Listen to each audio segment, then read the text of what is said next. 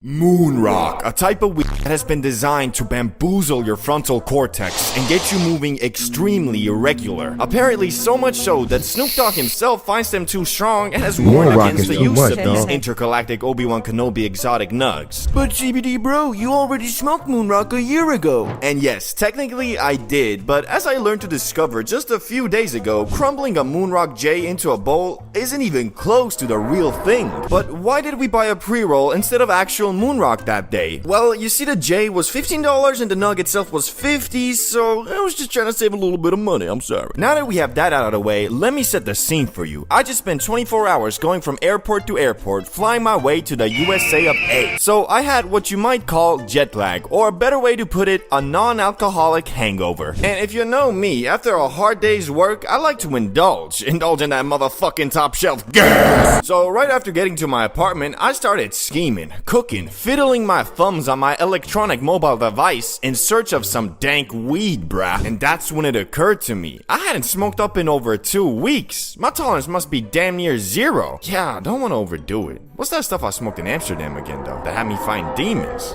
Moon rock? Nah. That'll disrupt my circadian rhythm.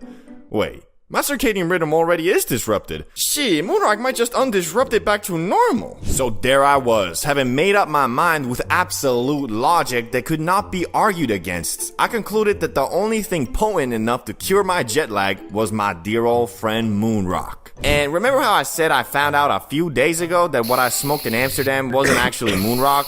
Yeah, well, the few days I was referring to wasn't some random Google search. This shit would end up getting me so galactically obliterated, I scrambled to find out if I had smoked some lace grass, only to discover that the hole I dug myself into was no one else's fault but mine, god damn. Anyway, I'm getting ahead of myself here. After browsing the interwebs for a while, I found a place that sells moon rock at an affordable price. So me, a carless man, decided to use the extremely sophisticated and thorough public transport system of the United States. I told you this was your last day, Johnny. I'm sorry. Just give me one more day. I'll pay it all back. I promise. Rest in pepperoni, you damn crackhead. Holy shit. Did I just hear a dude getting shot? Thankfully, I'm safe on the We looking for ops. Young niggas letting outside. They don't give a fuck about the cops. We clutching them ops. So, after taking a bus I'm assuming was operated by the Crenshaw Crips, I arrived in the fabulous dispensary and was ready to get my dank moon rocks. Hello, sir. How may I help you today? Yeah, I'd like to purchase some moon rock. Sure. Do you have your ID or passport? Yes, I do. I came prepared. Yeah, checks out. That'll be $120. $120? I said I want moon rock, not diamond-encrusted weed. Well, that's the price. You want it or not. Yeah, okay. After being bent over and having all my saved up rupees finessed, I held in my hand moon rock. Not a cheap moon rock J, some real sticky icky dank smelling nugs that looked like they really were from the moon. Unfortunately, that wasn't the end of my financial troubles because I was almost certain I had 30 minutes earlier heard a man being shot and killed near the bus stop. I didn't want to have my fade ran by the nearest gang affiliated moon rock smelling thugs, so using the money I was hoping to buy food with the next day, I instead got an Uber. Oh yeah. After arriving back at my apartment, I made sure that this time I would do things right. So I googled how to smoke moon rock and was instantly greeted with a mistake I had made. Or I don't know if it was a mistake, but this tutorial said to pack your bowl full of your favorite flower and then add a couple chunks of your moon rock in. Which obviously I didn't do because I only had the damn moon rock. Damn, I swear it was easier last time. This shit's sticky as fuck. Oh, well, screw it. I'll just pack it full of moon rock. What's the worst that can happen? A grave mistake. A skibbity lapse in judgment. I was not at all prepared for what was to come, even though I thought I was. And the reason for that was my false understanding of how potent this shit actually is. I had smoked Sunrock before, but did so from a J, which is not really how you're supposed to do it, making its potency noticeably lower. And the moon rock I smoked in Amsterdam was apparently just a J covered in keef that we crumbled into a BONG, and on top of that, when you consider the copious amounts of top shelf Zaza we were smoking prior, I think you might be starting to see how this is gonna go. Here goes nothing.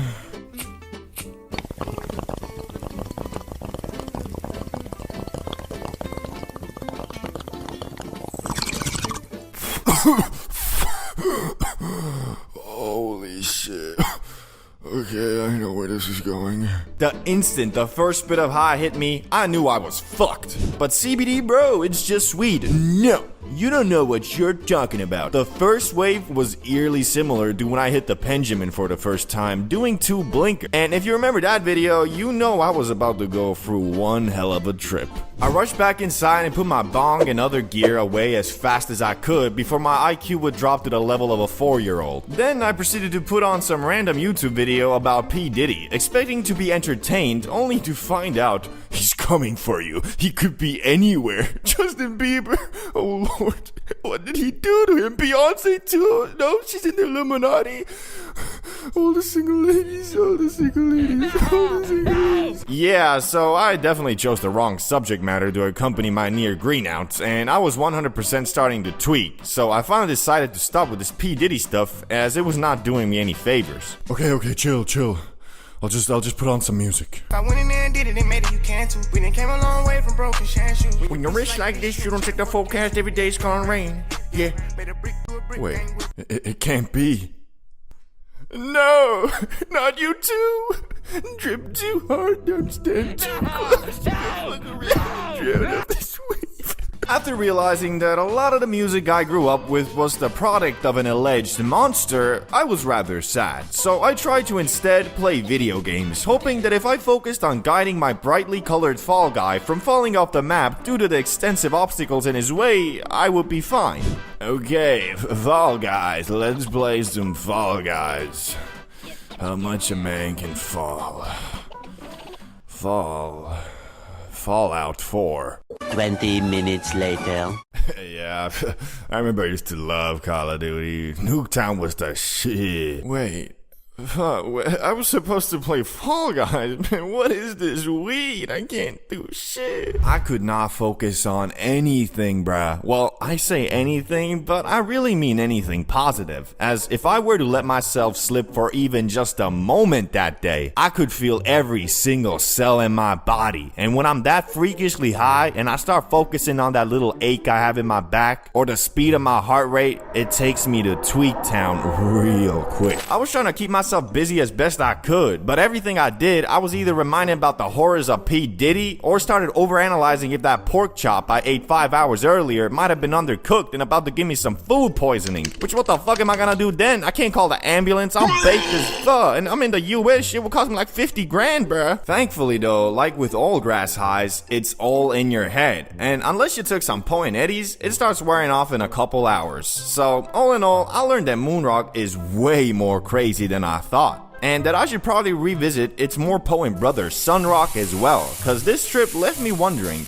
what would happen if I smoked that shit properly? Have you ever met someone who parades the fact that he loves the Zaza, and if you ever say anything bad about it, he gets all defensive and starts frantically arguing about how it's good for you? Like, yeah bro, there are health benefits, but if you're out here doing 8 rips, 4 2 edibles, and half a cart every 12 hours, do you really think you're reaping the health benefits of the Za? Mofo beyond about, it helps with my anxiety and depression. Like bro, what are you anxious about? Worried that the pizza delivery guy might be an assassin? Sounds more like paranoia to me. And have you stopped to think that maybe the depression you're feeling could be because all you does is sit around, eat pizzas, smoke grass, and watch Disney Plus? But people like this aren't the majority, and overall, when you meet a fellow grass eater, you can expect him to be just a normal chill dude who uses the Za to enhance his experiences, rather than rely on it for them. So today, I thought I'd go over some of the coolest dudes I've encountered who consume that lettuce, starting with the Za Athlete.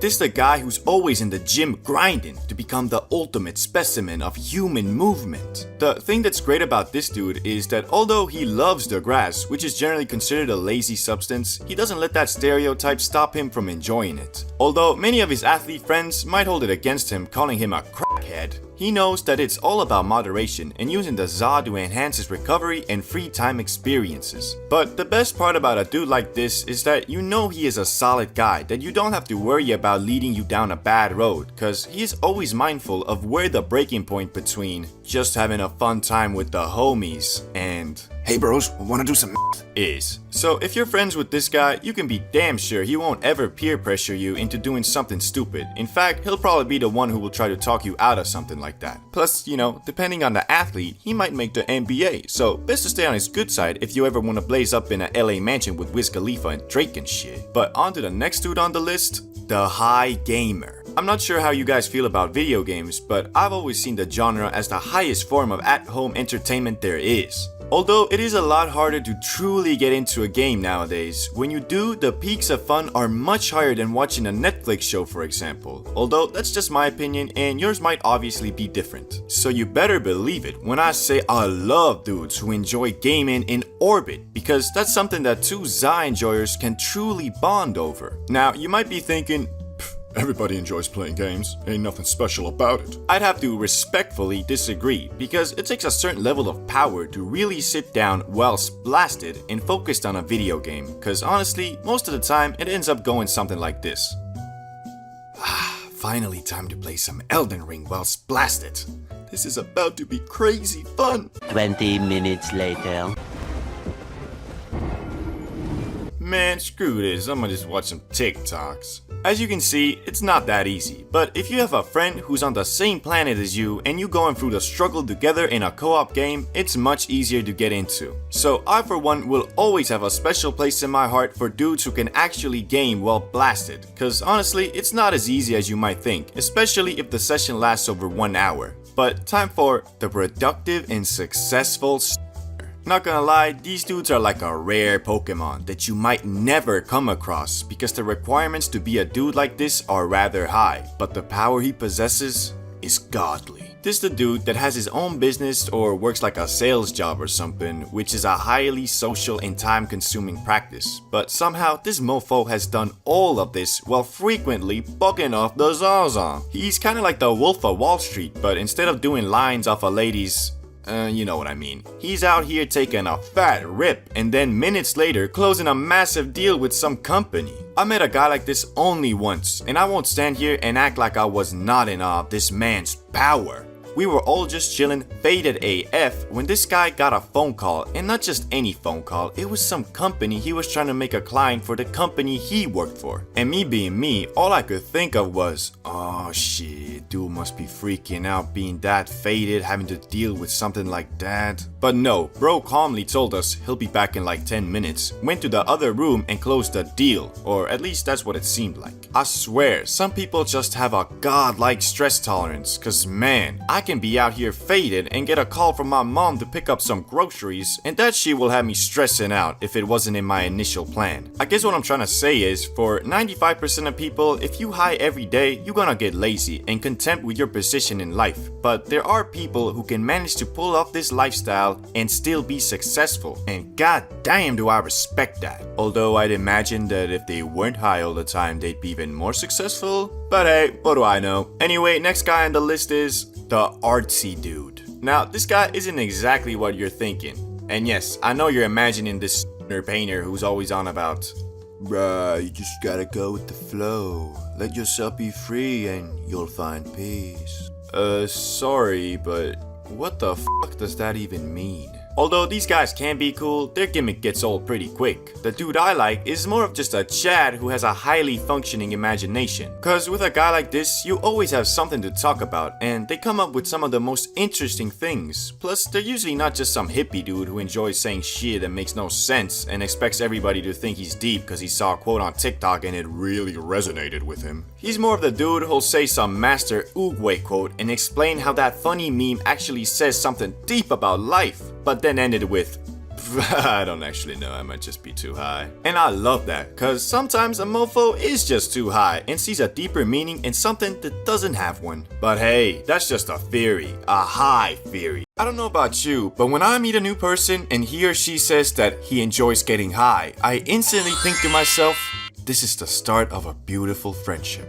Although that can be the case, it's not always, cause even though the excitement of finding a fellow Saw enthusiast is great in a world where some mofos still think it's worse than things like alcohol, sleeping pills, all nicotine and other shit that you can straight up buy from a supermarket. In reality, when you really think about it, it's kinda dumb, cause if it was anything else, would you feel the same? Like if you were at a club and someone said they like drinking, you wouldn't think, oh my god, this guy gets it. Unless, you know, you're an alcoholic, I guess. But anyway, today I made a great list of people I've encountered who smoke the Zaza, but I wouldn't personally enjoy hanging out with. Starting with a well-known one, the dude who makes the grass his whole personality. Nah bruh, I can't stand dudes like this. Like, don't get me wrong, I love a bit of Zaza as much as the next guy, but bro, there's so many other things to talk about and do. The problem with these types of people is that I feel like they've missed the whole point of it all. Cause in my opinion, it's not all about how high you were, it's more about where you were high.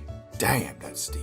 Like, I'd rather hang out with a dude who has never been high in his life, but has interesting stories / experiences and doesn't just talk about, yeah bro, I was so damn high last night, I was on planet Venus. Damn, that's crazy. So where were you at? What you mean? Like, where were you and what were you doing, you know? It must be a crazy story. Nah, I mean, I was just at home on my bed, you know, eating Doritos and stuff. So you were just high in your room all day? Yeah, I mean, yeah. What a fucking lame story.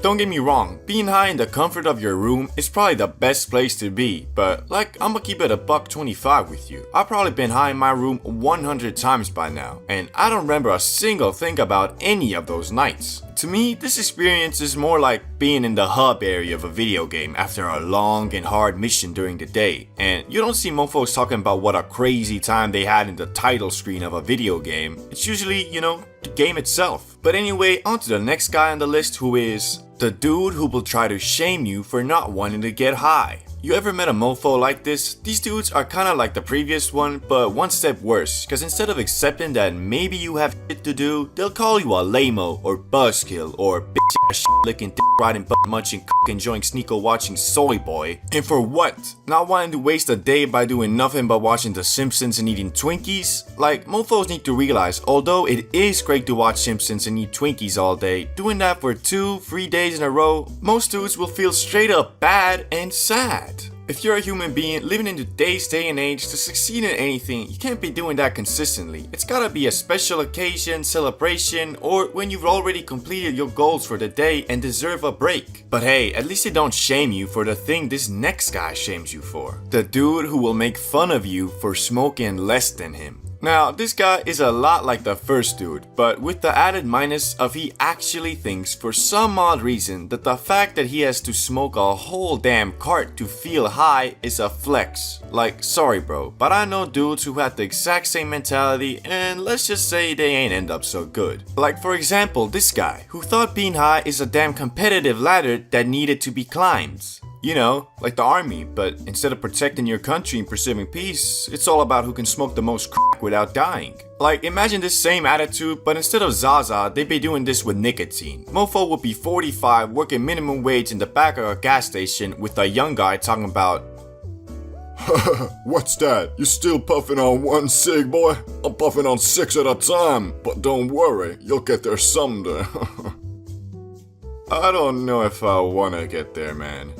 Okay, that's never happened, but I'm just trying to show you how ridiculous this is. And P.S., there's a lot more to life than getting high, and I'm definitely not out here being faded 24/7, cause if I was, you'd probably be seeing one video every 2 months. It's all about finding the balance and having the right reasons for inhaling the za. Nicotine, the only highly addictive substance besides alcohol and caffeine that the world government is cool with. And although nowadays we know smoking / vaping literally kills you, we still let it slide because, well, money. But nicotine addiction isn't as obvious as, I don't know, crack addiction for example. So how exactly do you determine if you have a problem? And if so, how serious should you take it? Well, the easiest way to tell if you're addicted is obviously if you own your own vape, or just the nicotine is in your everyday routine, meaning you wake up, eat breakfast, vape, go to work, vape, drive home, vape. But if you fall into this category, you probably already know you're addicted, but el nicotino doesn't always make it so obvious. From my experience, I've found that it low-key has a mind of its own, and when it enters your system, it instantly starts rizzing up your brain, firstly giving you the buzz, and after that, it'll curl up all close to you and 15 minutes later whisper, "Hey, that buzz was pretty nice, right? You should buy a vape." And depending on your mental fortitude, you either do what it says instantly or you fight it. But the more you consume Nick, the stronger and smarter that little voice will get. Cause it'll start analyzing your brain and giving you suggestions based on where you last got that buzz. So if you go to a party and at that party do some vaping, next time when you're invited, the little voice will tell you, "Ooh, a party.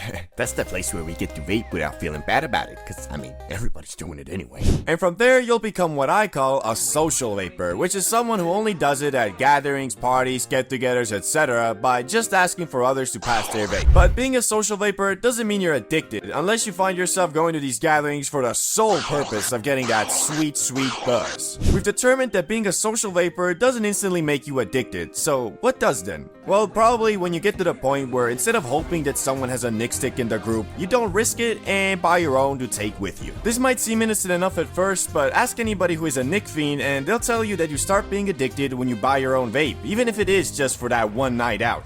Yet most people don't realize this at first, because as I said before, nicotine is one smooth-ass criminal. It is a master of deceiving its victims with lies like, "You're not addicted, it's just one vape. You're not addicted. Look at Johnny, he's puffing an F-bar 24/7. Now that's addicted." Worst part is, most dudes only realize they're being deceived when it's too late. Well, not too late, it's never too late to quit, but when you're on that physical addiction pack, it's gonna be way harder compared to if you're only mentally addicted. And if you don't know the difference between mental and physical addiction, then don't worry, it's quite simple. Physical addiction is when your body starts dysfunctioning due to the absence of the substance, aka nicotine, it's used to getting daily, which basically means headaches, vomiting, dizziness, depression, lack of motivation, trouble focusing, etc. Mental addiction is what most people have. It's just your brain telling you to go get some nicotine in your system for whatever reason it comes up with. For me, it usually has to do something with, "You had a hard day. I think you deserve a break with a vape." Or, "Oh boy, we got a long day ahead of us. I think some nicotine would really help us through it, don't you think?" And you wanna know the worst part? It actually scientifically does make working and concentrating easier. Yeah, here I am talking so much shit about vaping, yet nicotine itself is not actually bad. It's how we get it in our system that's harmful for us. There's been a bunch of studies showing that nicotine helps with accuracy, maintaining attention, fine motor skills, and short-term memory, but only when you have it in your system. Basically meaning nicotine is a lot like caffeine, the only difference being you can drink a cup of coffee made with natural beans and reap the benefits for a while. But with nicotine, you either have to inhale Chinese sweatshop chemicals, stuff nickel pouches under your gums, or smoke a cig, which is like insta-cancer. Well, all of them give cancer, but cigs are the most lethal. That being said, nicotine is still a highly addictive substance, and when you start incorporating it into your daily routine, it's gonna become a necessity very quickly. And although caffeine is similar in nature, getting addicted to it isn't as fast of a process. Also, unlike nicotine, which for 99.99% of people is an unhealthy habit, drinking 1 to 3 cups of coffee a day is linked to a lower likelihood of type 2 diabetes, heart disease, liver and endometrial cancers, Parkinson's disease, and depression. So if you're consuming it in moderation, it can actually be beneficial. Anyway, we've determined that nicotine is a sly fox, understood the differences between physical and mental addiction, but also learned that nicotine itself isn't actually bad. Rather, it's the way we consume it and its addictive nature that's not very good. That being said, if you're getting buzzed from a device you yourself bought, then I think it's safe to say you're addicted to some regard. But now a new question arises. How addicted are you? And I think to answer that, we're gonna have to bust out the greatest video format ever created in the history of man. The 3 levels of nicotine addiction. Level 1. Social vapor. As we discussed earlier, at this point, you kinda just vape on night outs or when you hang out with your friends, but that doesn't mean you're not addicted, it means you're only slightly so, and just equate socializing with vaping. Which, if you're able to keep it this way, you'll be fine, and if you ever decide that, nah, I don't wanna quit hanging out with friends with vaping, you can quit relatively easy. Difficulty, 3 out of 10. Yo, what's up? Give me a fucking puff! Level 2. Dispo fiend. You couldn't resist the buzz and went ahead and started getting your own dispos. Now you're way more fucked than before cause nicotine is in your daily schedule, so your body is starting to get used to it always being available when needed. Depending on how long you keep daily puffing will determine how hard it is for you to quit, but on average, if you've been hitting it for a couple weeks, I'd say difficulty level 6.5 out of 10. Pretty hard. But an easy strategy to try is if you're not a coffee drinker, start being one. Basically, if you're struggling to go completely cold turkey, instead of a morning rip, try a morning brew. I know substituting one addiction for another doesn't sound that good, but as I said earlier, having 1 to 3 cups of coffee a day is actually healthy. That's also why this method only works if you're not already a caffeine fiend, because if you are, this won't really do much. Level 3. Why are you talking to me? Help me find my vape! Or I'm gonna fucking die! Oh, you're a fiend, a pirate, a capitalist for that nick. You've completely handed over your life to the substance, meaning you don't even try to fight it anymore. Your brain says, get some nick, and you grab one of your 13 dispos or your prized possession box mod and rip until you feel kinda shitty. Difficulty quitting 9 out of 10, only cause I've met a person who literally uses nicotine pouches like it's a fucking oxygen tank and he's 1,000 feet underwater. Meaning, mans wakes up, puts one under, and then throughout his entire day, instead of alternating between having one between his gums and not having one, the instant he takes it out, he puts a new one in. This dude once tried to quit cold turkey, and I shit you not, 4 hours later, he was experiencing headaches, dizziness, vomiting. That's just sad, man, for real. So to answer the question of if you're addicted to nicotine is, well, if you're already asking that, then you probably are. But hopefully, you were able to identify where you stand currently, and use this video to realize that you're slightly addicted and better to quit now than have it be way harder in the future, or that you've already moved up the ladder and need to take action now before you get to the point of the nicotine pouch guy I told you about. You know, the line between a fun high and a you done high is very thin, and that shit is no joke. Sometimes all it takes is just one extra puff. And that's when I finally realized that dude was not talking about no Coca-Cola to drink.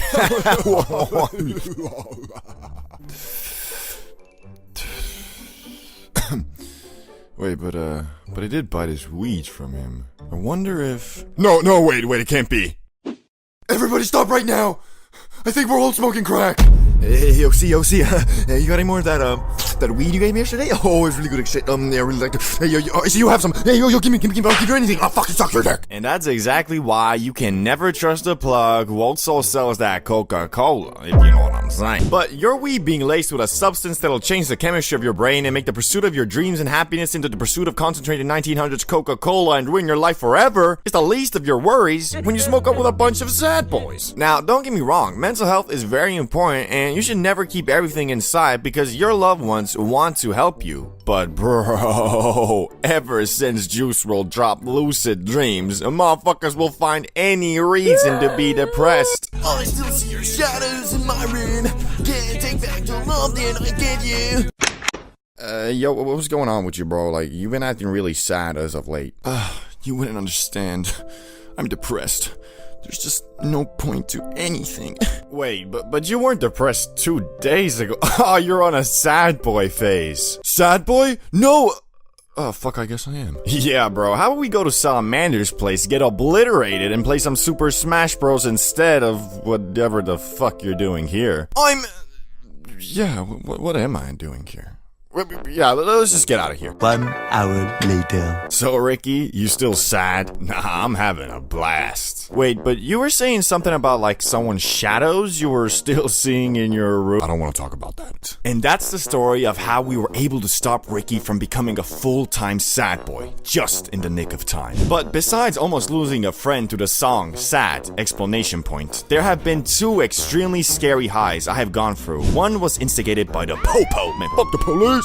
And the other was from the fear of losing my life. Let me set the scene for you. I'm in high school and I've smoked maybe 3 or 4 times ever, but the last time I did was months ago, so my tolerance was damn near at the level of smelling some grass and getting faded. Anyway, so I had a couple friends who have been asking me relentlessly to get some and get faded because they didn't know any plugs and really wanted to try it. So one weekend I decided to finally fulfill their request and hit up my homie Salamander and acquired the exotic. The weekend came and we found ourselves in my dorm dorm room, rolling a J, which, well, I had to roll it, and it took me a while because my stats were low AF. Basically, I was out there trying to pick an expert level lock with 0 points in perception, dog. After going through 20 papers, the abomination was ready, though. So we went deep into the local park and sparked it. Barely, because that shit had almost 0 airflow. I had to relight the damn thing after every puff. Yet, that was definitely not even close to the worst part, because these motherfuckers who were begging me to get the Zon in the first place were scared shitless to get high. So I ended up smoking like 80% of the J myself, leaving me absolutely zoinked in a group where nobody else wasn't. So you can imagine I was feeling pretty betrayed, and also a bit scared, because if you've ever been obliterated in a group where no one else is, you know that you feel kind of like an alien abandoned by your comrades in a hostile planet, and that feeling was amplified by the fact that these friends of mine were kind of dickheads. Because after puffing down the J, we went to the local gas station to get some munchies, and of course I was fiending for some trans fat, so I asked them if they could go in there and bring me the stuff I wanted, and I'd of course pay them back. Pretty reasonable and easy, right? Being that I was the only one who was blasted and scared of getting caught. I guess fucking not, because these pussios who didn't even inhale the fucking weed told me that they wouldn't bring me anything if I didn't come in. Which, I mean, these days I wouldn't mind, but I was like 17 and it was a Friday night, the prime time for cop patrol, so I had no choice and went in there tweaking out of my mind like... Oh fuck, this place is full. Shit. Wait, it feels like they're all staring at me. No, I think I'm just high. Okay, let's just get out of here. I'm not gonna order anything. Okay, fine. Go to the corner. Hey, yo, bro, I'm gonna just take some chips and candy, okay? And can you give me the car keys so I can just wait it out in the car while you guys wait for your food? Yeah? No. What? Why? I'm not even gonna turn it on, bro. Cause, bro, I got an announcement to make. This motherfucker high as... Bro, shut the fuck up! That ain't funny. I'm baked as fuck, you pussy. Okay, but yeah, you're not getting the keys. So basically, these scumbags just decided to torture me, and because I had to wait for their food anyway, I went to order some too, and as I was doing so, 3 girls from my school approached me at the counter and were like, yeah, I'll have a dog. Hey, see, I heard you guys smoked some weed, yeah? Well, no, I'll have the dumplings, yeah. But yeah, we definitely did. We're all super duper sober bober. Yeah, you did. Dwayne said so. You got some left? You can come to our place if you have some. We really want to get faded too. And in that moment, I had to pause and rethink my whole life, because I did not in fact have any left, because I wasted it all on my rinky-dinky sausage party bum fun enjoying friends. Which, if I would have had some left, I could have gone to these girls' crib and smoked up with free hot chicks. But no, I donated all the weed to Dumber, and me, the dumbest. And after that realization of alliances, I changed the famous saying, bros before hoes, to bros who aren't hoes before bros. And I live by that to this day. But the scariest part was yet to come, because as I was waiting for my food posted up at the ice cream station, a cop walked in. And that just set my tweak meter to a whole new level. I felt my heart rate spike to like 200, and I was shaking, just begging God for him not to walk towards me. But he fucking did. I avoided eye contact at all costs, but it seemed he had his eyes set on me. He got closer and closer until he was standing right in front of me. Fuck, why is he here? He knows I'm faded, doesn't he? Oh shit, I'm fucked. I'm going to juvie. This is over. Oh my god, I'm gonna fucking die. Yes, officer? Could you move out of the way, please? I want some ice cream. Yeah, of course. My bad. Thanks. Nothing better than some good old Ben & Jerry's to complement a sour diesel joint.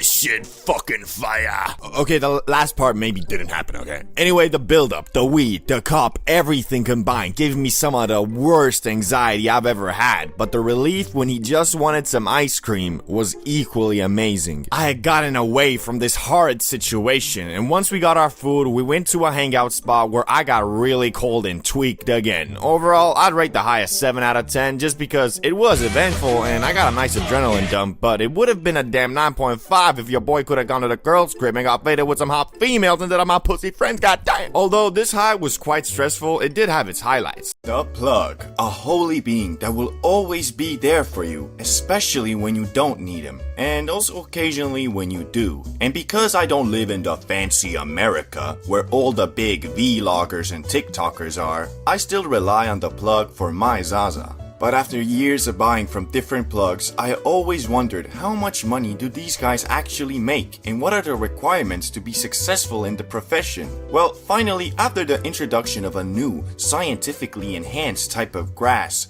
HHC, I kinda got the answer to these questions, and I'ma be honest with you, it ain't what I expected. As I said before, it all started with the introduction of the so-called new and improved ZA, HHC, and because it was new and regulations had not been set, even in my Stone Age country where an 18-year-old can buy a liter of vodka and drink himself to death, or just get hammered and get the sudden urge to call out the 6'5" undefeated heavyweight MMA fighter at the club because, well, when he sees red, bodies start dropping. Anyway, since this was legal and I am a law-abiding citizen who wouldn't even dare to jaywalk, I thought to myself, this is the perfect moment to see what being the plug is all about. Furthermore, because most dudes in this country don't know anything about strains, hash, bud, and just take whatever the plug has, I didn't need to worry about people thinking I scammed them. Also, your boy conducted a thorough inspection of this new product using only the most delicate and scientific tools possible. Oh, okay, I hit that shit through a Red Bull canning. It kicked pretty nicely, so I dubbed it Verified Lab. After securing half an ounce of the Verified Lab, which is 14 grams in European tongue, I went to work on finding customers. And obviously the best place to start is on Snapchat. So I took a picture of the Zaza with the caption, 15 bucks per gram, hit me up.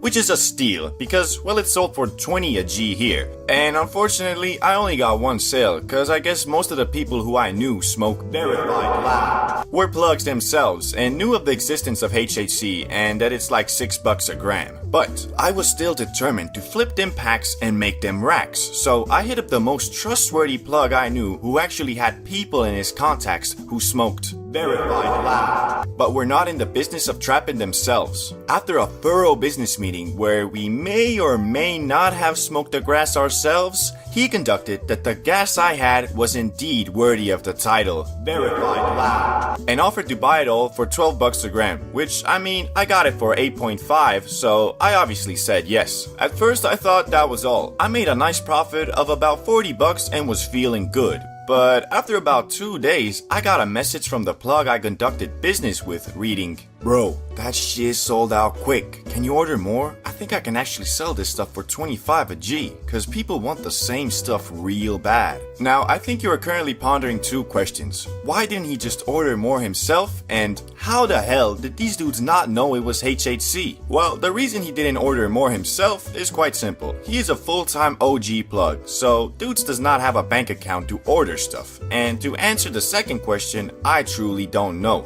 I couldn't really believe it myself, but I guess most stoners really don't give a fuck about news and staying up to date with it. In the words of the great plug himself, these dudes just wanna get as up as possible. They don't know nothing about no THC, HHC, CBD, BBC, NBA, MMA, nothing. Anyway, it all sounds great, right? Everybody loves the Verified Lab and are willing to pay premium for it. Plus, it's all technically legal and I don't even need to sell it myself. Well, it would have been, but there were two problems that made it a bit more sketch. You see, the issue with HHC is that it's a chemically produced product. All it actually is THC with a couple extra hydrogen molecules. And through thorough research, both practical and scientifical, I found out that HHC is very unstable in nature, meaning one patch of the same strain can truly be Verified Lab. But then the next patch made with the exact same ZA and same way could be some whack leftover Reggie. It's because it's very hard to control how well this hydrogen molecule binds to the THC, and not financially worth it to control the potency of each patch. So you could order that shit once and get some damn moon rock, or like the first experience I had with HHC, get some damn oregano. And the second problem was the plug I was conducting business with didn't want that risk all to himself, so I would have to cover the upfront costs of the HHC and then give it to him where he would hopefully flip it for 25 bucks a G, which I would receive 15 bucks a G and him 10. So here I was with quite the pickle of a conundrum. Should I order a whole ounce of HHC, which by buying an ounce you get the best price per gram, but I risk it being whack Reggie? Or should I just order a fourth, therefore lowering the risk of getting whack product, but also lowering the profit margins? And the conclusion I arrived at was the best of both worlds. I ordered half an ounce just like before. After receiving the good, I gave half of it to the trustworthy OG plug and waited for that passive income to roll in. But unfortunately, it was as I feared. The stuff I got this time was still good and solid, but it just wasn't the verified loud I received before. So the OG plug was having trouble marketing it as premium ZA and lowered the price to the industry standard 20 bucks a G. But unfortunately, dudes were catching on as well, and some of them refused to buy the ZA cause they could just order it online. Like, yeah, you can, but wouldn't you rather buy from your friendly neighborhood plug? I guess not, cause after a couple days, the OG plug sent me another message. Yo, this stuff ain't moving like before, and people catching on about the origins. I have half of the stuff left. If you want, I'll buy it out for 10 bucks a G, or just return it to you. Which I hesitantly chose the first option, so I had him just buy it out. Yet there was still the issue of the 7 Gs or so I had left, which I initially planned on flipping, but was unfortunately unable to, cause mofos knew I got that shit for pennies compared to the asking price. So I did as all plugs would do and dubbed the leftover HHC as my personal stash, and just started blazing my own product, which was kinda stupid in hindsight because a couple weeks after, HHC was illegalized, as we all knew it would be, and became a rarity in the ZA industry. Which mofo started flipping that shit for 30 bucks a G, like goddamn, it ain't even that different from normal ZA. Anyway, by the end of it all, I made a bit under $100 in profit, or in another metric, about 10 Gs of ZA, which I smoked myself. So really the conclusion to my plugging experience was I got free grass, which was a bit underwhelming cause I was hoping to become the local Pablo Escobar, if you know what I mean. Moral of the story is don't get high off your own supply, or at least if you want to be a businessman. Oh, and also don't sell illegal things, cause well, this HHC was legal, so I could have technically flipped it on Facebook Marketplace or something. I think most of us have worked a minimum wage job, and the most easily accessible ones usually involve the flipping of the patty some way or another. Like, I'ma keep it $1.50 with you. If you ain't work at a gas station or fast food place and instead opted for something like a hotel admin or a waitress at a cafe or even a lifeguard, you really got off easy. Cause as a youngster, your parents usually make you work at least once to teach you about hard work and dedication.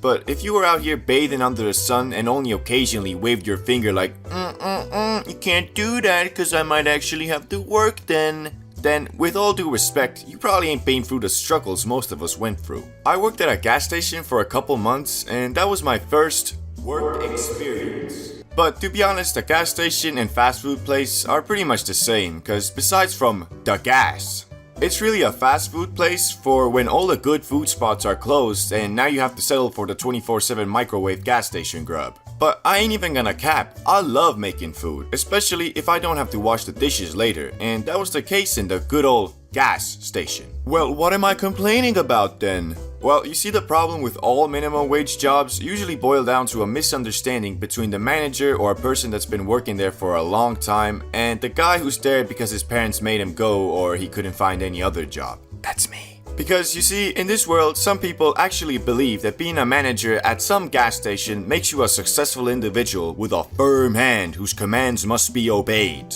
Or in my case, this bitch wasn't even the manager. In fact, she was working the same damn position I was. That being, do everything you're told and I'll pay you 10 bucks an hour. Which really should be the title for every minimum wage job if you ask me. Anyway, although we were working the same position, she had been there for years. So, you know, she was teaching me the ways of the fine art of cleaning toilets, scrubbing floors, flipping burgers, and above all else, kissing every customer's ass. Which is fine. I knew what I signed up for and I took it like a man. Until I got to the end of my graveyard shift, and you know, I ain't even gonna front. I was being pretty lazy, or another way to say it, I was putting in minimum effort. But I mean, that's why it's called a minimum wage job, cause all you have to do is exert minimal effort, right? But this scallywag thought otherwise. There was 5 minutes left on my shift and she pulls up on me and asks me to stock the fridge. And in my head I'm thinking, why not? But I'll probably have to leave it half done anyway, cause my shift is almost over, baby. But then she hits me with the most stupid, hilarious, and kind of sad sentence I've heard in a long time. Once you stock the fridge, I might let you go home. Like, what do you mean, might? I don't know if you've checked our name badges, but yours is tiled the same as mine, that being slave for $10 an hour. Like, don't get me wrong, I ain't trying to shame anyone who's worked or working minimum wage. It's a struggle out here and everybody needs dough, and minimum wage jobs are really the only option if you don't have a degree or special skills. But this lady, well, I say lady, but she was my age, in fact we went to the same middle school, was bugging off some straight exotic for mouthing those words into existence. Like, I don't know what she expected me to respond, like, "Ah yes, thank you for your kindness, I will see to it that it is done, your madam." But I just said, I don't know what you mean by that, but my shift is ending in 5 minutes, and I'm going to be leaving in 5 minutes. And to that, she didn't respond anything, cause deep in her heart, she must have known what she said was dumb AF. Now, what we can take from this experience is some people can't accept reality, and instead try to project a false one in their mind. For her, she had been working at that gas station for a while, and was probably starting to feel like kind of a loser, but instead of saying to herself, "Okay, I'm not doing so good right now, but I sure as hell ain't gonna stay like this. I'ma work on myself every day until I get where I wanna be," she took the easy way out and told herself, "Man, life hates me. It's so unfair. All I can do is take out my bitterness towards it in my work by being a total douche to everybody and acting like I own the place." No, wait, practically? I do own the place. Yeah, I'm the big dog around here. So yeah, don't be that guy, for the good of others and also yourself, cause if you let yourself fall to that place, you're gonna be that grumpy adult talking about how life has always been against you and how everything is so unfair towards you. And I don't think any of you wanna be that. But that was just one of the gas station sweats I encountered, and she was a mere disciple. One with talent, yes, but it would be long until she could control her hatred. You see, there was another, one with much more control over her anger, but still working the same position. Yet, alas, she hadn't been working there for a mere 2 years. No.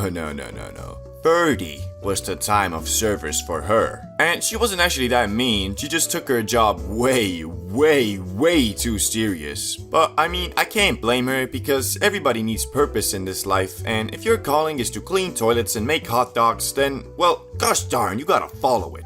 The only problem was, this woman was pushing this job onto me like I wanted to be there. Talking about if you wanna make it here, you gotta do this and that. Like, no, I don't wanna make it here, I wanna make it out of here. Got me thinking of how different people see the world, cause someone like myself could be watching 8 Mile and seeing the scenes where Eminem is working minimum wage and think, "Man, I know he gonna make it out of there. He Eminem, the king of rap. This is just temporary." But she was probably watching it and thinking, "Oh my god, how lucky he is to be there. If he keeps this up for a year or so, he'll get a promotion and make an extra $1 an hour. God damn." So yeah, it's all about perspective and the type of person you are, but I think the saying, "shoot for the moon, cause even if you don't get there, you'll land among the stars," can really help a lot of people, especially if you are young. You should follow your dreams, however crazy they might seem, cause I promise you, it's quite hard to fail if you never give up. Also, working minimum wage is fine, and if you wanna take a job like that super serious, that's cool. Just don't force that same attitude onto other people, cause most dudes don't see a place like that as the end, but as a way to progress to the actual place they want to be. The first high, a core memory, and whether you enjoyed it or not doesn't really matter, cause for 95% of people, their first time literally shapes their entire opinion on the grass. Almost everybody who isn't age 50 or over and says, "Weed is the work of the devil, and should be more illegal than even meth." Well, actually it is. The Za is Schedule 1 and meth is Schedule 2, so... Yeah, that's right. That's why I love America. Greatest damn country in the world. USA, USA, USA. Anyway, what I was saying was that most people who tweak their first time are put off by it for a while and shape into za haters, and people who have fun their first time, believe it or not, don't all become mindless junkies who eat Little Caesars and watch SpongeBob all day. Rather, when asked their opinion on weed, they'll probably just say, My stomach turned into an endless void with an unquenchable hunger for anything edible, which was followed by a sleepiness so uncontrollable I passed out halfway into my 25th Twinkie. It was pretty fun. So obviously me, CBDBro, who runs an entire YouTube channel dedicated to the green plant, must have had the latter experience, right? Well, not really. As you see, when I was but a wee lad, uncontaminated by the forbidden fruits of the world like alcohol, nicotine, and yes, weed, always believed that alcohol makes you homeless, nicotine makes you a little bitch, and weed makes you lazy. Thinking that, I didn't want to waste not just my first high, but my very first time feeling anything besides normal on eating Doritos and watching Family Guy. Which, after turning 17, I decided it was about time I lost my substance virginity and planned to do so on Christmas dinner, where I was gonna let El Marijuana put its big, fat, thick, juicy, delicately rolled J in my mouth, but only after I had eaten, as I believed if my tummy was full, I wouldn't get the munchies and could instead contemplate the meaning of life my time high. And thankfully, I had an older brother who was more than willing to give me a puff or two from his Christmas dinner J for $4, the fucking cheapskate. So we went upstairs and started puffing, which Rezex was instantly bamboozled from the magic grass. Nice, it's not a dud. Now it's my turn. I grabbed the J and puffed until I could puff no more. And the result was, I didn't feel a damn thing. Still had to pay the $4 though. Fucking bullshit. Anyway, as we went through the day, I got increasingly more jealous of my brother, who by his words was fried AF. I was beginning to think maybe I'm immune to getting high, which after telling my brother this theory, he concluded that I'm stupid and just didn't inhale the za in my lungs, and so generously told me to follow him upstairs, where he gave me a couple more puffs for an extra $4, the damn venture capitalist. As I was smoking away, keeping in mind to inhale it all the way down to my lungs, I still wasn't feeling anything, and my hopes of getting fried AF were beginning to look more like a distant dream. When I finished puffing, I sat down at the computer to look at some of those watch while high videos, and my brother asked me, "So, you feel anything now?" No, I don't. What's this weird I'm not sure. I don't know, seems to me you're fried like some Kentucky chicken, boy. I was indeed fried, and incredibly so. Although I didn't smoke a ton, my body had never experienced anything besides a sugar rush and maybe a caffeine kick. So as I was watching this watch while you're high video, I was laughing at everything and was tripping the fuck out. But not in a bad way, it was freaking amazing. Being high was what I always imagined it to be until... Bloop. I'm sober again. Yeah, you heard right. My first high lasted like 30 seconds, and in an instant, I was back to normal, which I don't know why. Even to this day, when I tell people about this, nobody can relate because no one has experienced this phenomenon. But since I'm a scientist, I have developed a super duper concrete theory backed by quantum mechanics and the late great Stephen Hawking on my experience, and overall the reason why a lot of people who smoke their first time don't feel anything. I theorize that all humans have a natural block against foreign substances, a wall per se, and when an individual inhales za, the particles act kind of like micromissiles targeting your cannabinoid receptors. For the people whose defensive wall is strong enough, it will stop all perpetrators attempting to infiltrate your brain. But this wall isn't regeneratable, so if the micromissiles fail to get you fried at first, the next time they'll have an easier time against your already damaged wall of defense. Now, I bet you're thinking to yourself, this mofo been smoking too much of that Einstein pack.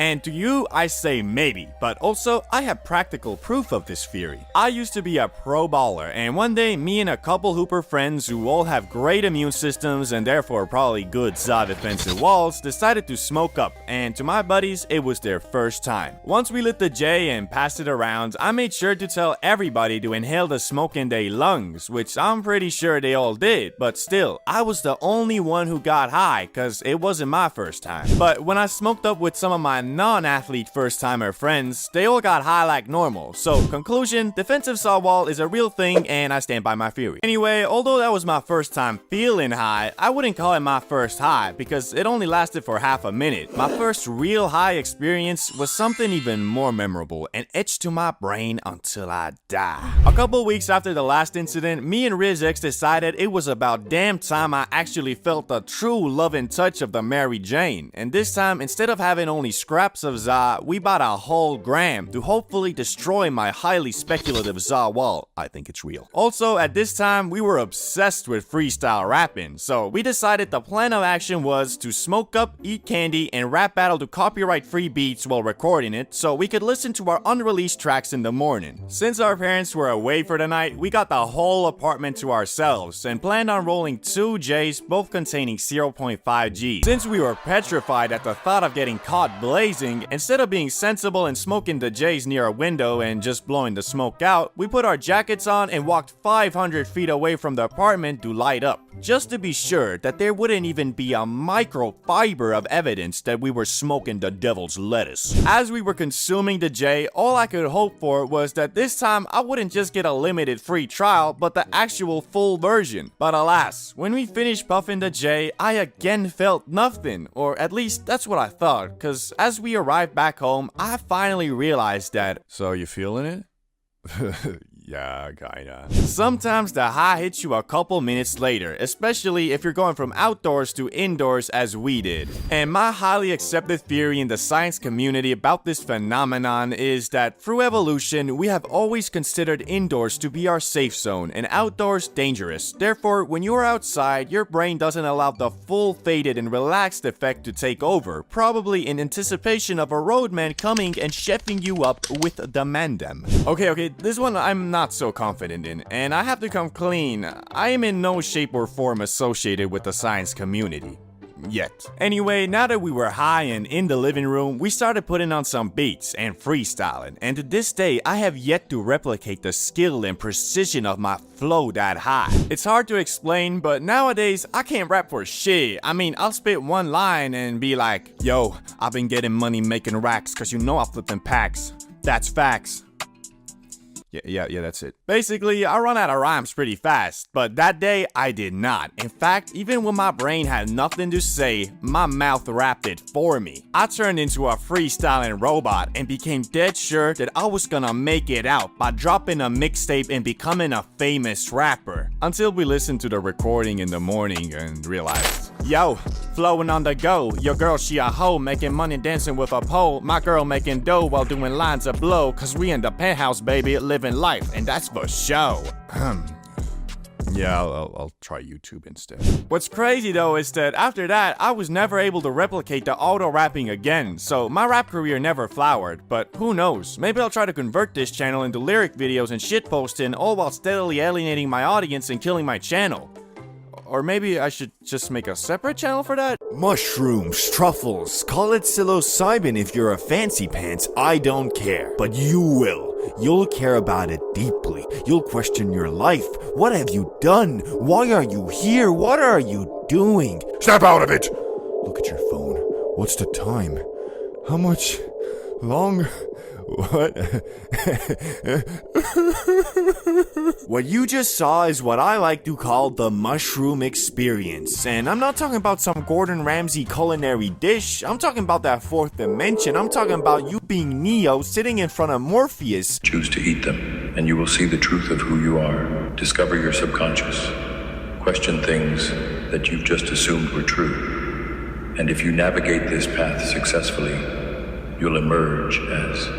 But, well, what Morpheus won't tell you is that if you don't accept the path of the fungus and fight your subconscious instead, you will not, and I repeat, not have a good time. In fact, I think it's safe to say you shouldn't ever tell anyone to eat mushrooms. It never works out. Either they just don't do it, or they feel like they gotta try it and end up just fighting demons for 3 hours, gaining nothing from the experience except more fear. That being said, for education, science, and the furtherment of mankind, mind, I will be sharing my story to educate the public about the dangers of the unknown. So by continuing with this video, you acknowledge that you are strictly watching this for educational and entertainment reasons and will never recreate anything in the video. Please?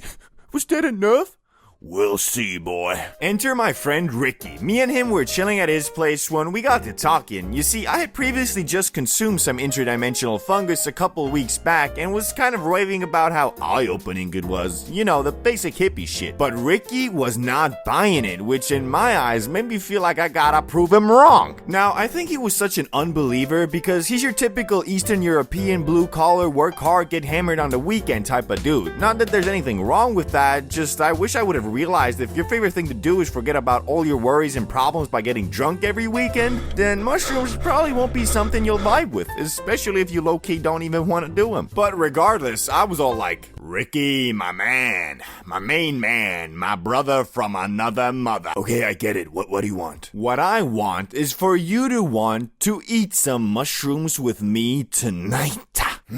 Eat mushrooms with you and talk about our feelings, or hit up Salamander, go to the club, get hammered, pull some baddies, and lay down the pipe. Tough choice. Well, let me translate that for you. Eat mushrooms, chill out, have fun, free of charge. Or hit up Salamander, spend over $100 on drinks and club entrance fees in hopes of pulling a baddie. With, well, so far your track record being 1 of 15, with the singular success being that fat bit. Okay, you made your point. Let's eat the stupid mushrooms. I probably won't feel them anyway. I had convinced my good old friend Ricky, or at least old friend, maybe not so good. Anyway, he was down to enter the land of mushrooms, and I was down with the plug who had some fungus on the low. Although I had promoted this event as free of charge, my financial situation disagreed. So I slowly leaned closer to Ricky and said, If you bar $20 to the mall. with the funding for our mushroom experience now secured, I hit up Jimmy the plug god with, and now we play the waiting game.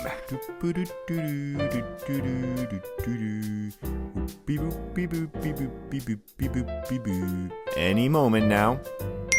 Finally. Yeah, 10G will run you about $100. Ricky, Richard, Rick Dog. You think you can spare an extra $30 for the homie? Fine. With further funding secured from our amazing sponsor, Rick Dog LLC, we ventured into our automobile to go and secure some Chungus fungus. And while we were driving there, I was all like, you know what I want to experience ego death? You get rich and pull hella hoes forever, right? That's stupid, but enlighten me, I guess. Okay, so hear me out. Why do individuals eschew the pursuit of their aspirations and the undertaking of risks, particularly when they are not constrained by socio-economic disadvantages? The answer lies in the nature of the ego, which harbors a fear of failure. This fear arises from a deep-seated concern that we may not be as intelligent or as capable as we believe ourselves to be. Consequently, the ego compels us to remain within the confines of our comfort zone, a realm in which we can entertain limitless potential without ever actualizing it. Damn, you really want to eat those shrooms, don't you? Perhaps. As we pulled up to the plug's addy and hunted him down, we completed our transaction and received a good amount of fungus, which I thoroughly inspected on the ride back and told Ricky the plan. No eating anything 2 hours before ingesting. Drink orange juice or anything sugary to end the trip faster. It takes about 30 minutes to kick and 2 hours to reach maximum overdrive.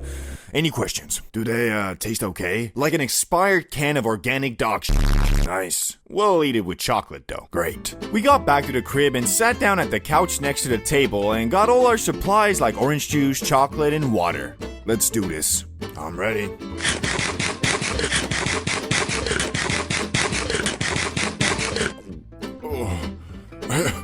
I can still feel the taste. Yeah, that'll be like that for a while, but let's take our minds off it with the new Plankton movie featuring SpongeBob. It's on Netflix. And so that's exactly what we did. Sat there in anticipation for the fungus to absorb, among us. It took a while, and the wait is always pretty anxious because you don't know when they gonna hit. I mean, it could be now. Better check my hands. No weirdness or fuzziness? What about the walls? TV, okay, seem normal for now.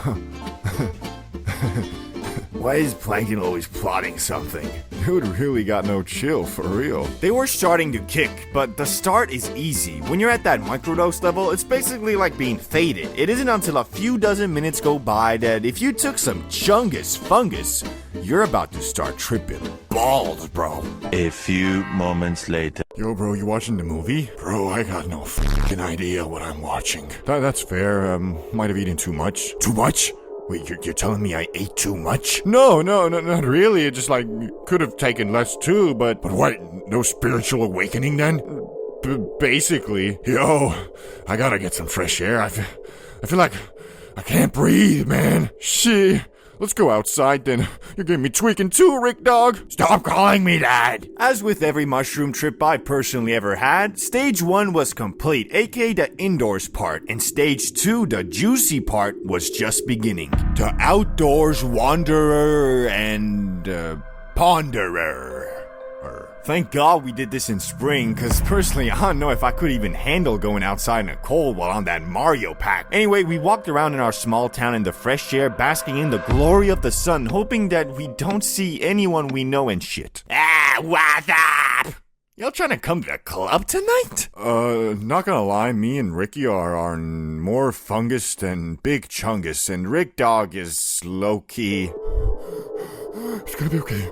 It's gonna be okay. It's gonna be okay. High-key tweaking out like an Oompa Loompa. Damn! You two did mushrooms together?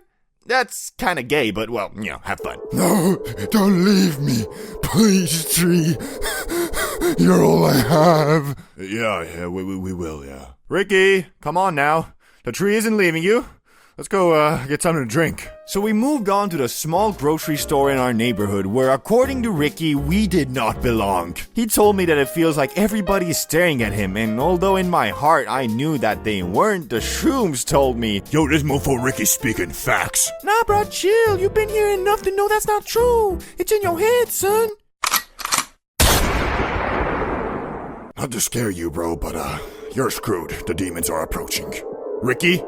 We gotta get out of here right now. And so we did, with only one thing to show from our efforts, a container of OJ, which turns out does nothing. I mean, every smart shop owner in Amsterdam always says drink OJ to end the trip faster, but ChatGPT told me, nah bro, that's cap. Which I wish I didn't ask him that while on the fungus, cause now all hope was lost. I couldn't even tell Ricky to jug the orange juice, cause I knew it was a dud. The trip really started feeling like a weird nightmare, but I mean not so much because I was tweaking mostly cause Ricky was, and I feel completely responsible for that, cause, well, it was my idea. So I did the only thing I felt like I could. I apologized to Ricky for dragging him into Mushroom Kingdom, which he accepted and told me, it's not your fault, bro. And after that, it was like something clicked, and we finally started vibing, talking about what we were feeling and what we were thinking. Near the end of the shrooms, we were discussing our trip, and if Ricky regretted it, and he said, well, yeah, but not as much as he thought. Because although the first half of the fungus was spooky, the second half did give him some type of spiritual or mental awakening, per se. Not that Ricky was gonna do anything with that. He got wasted with Salamander the next day and spent $200 on drinks, pulling zero hoes in the process. Moral of the story is, magic fungus can make you feel more connected with yourself and your subconscious. Will eating it once with no clear goal or motive change your life? Absolutely not. Or at least, that's what I think due to my experience with Rick Dog. For the last time,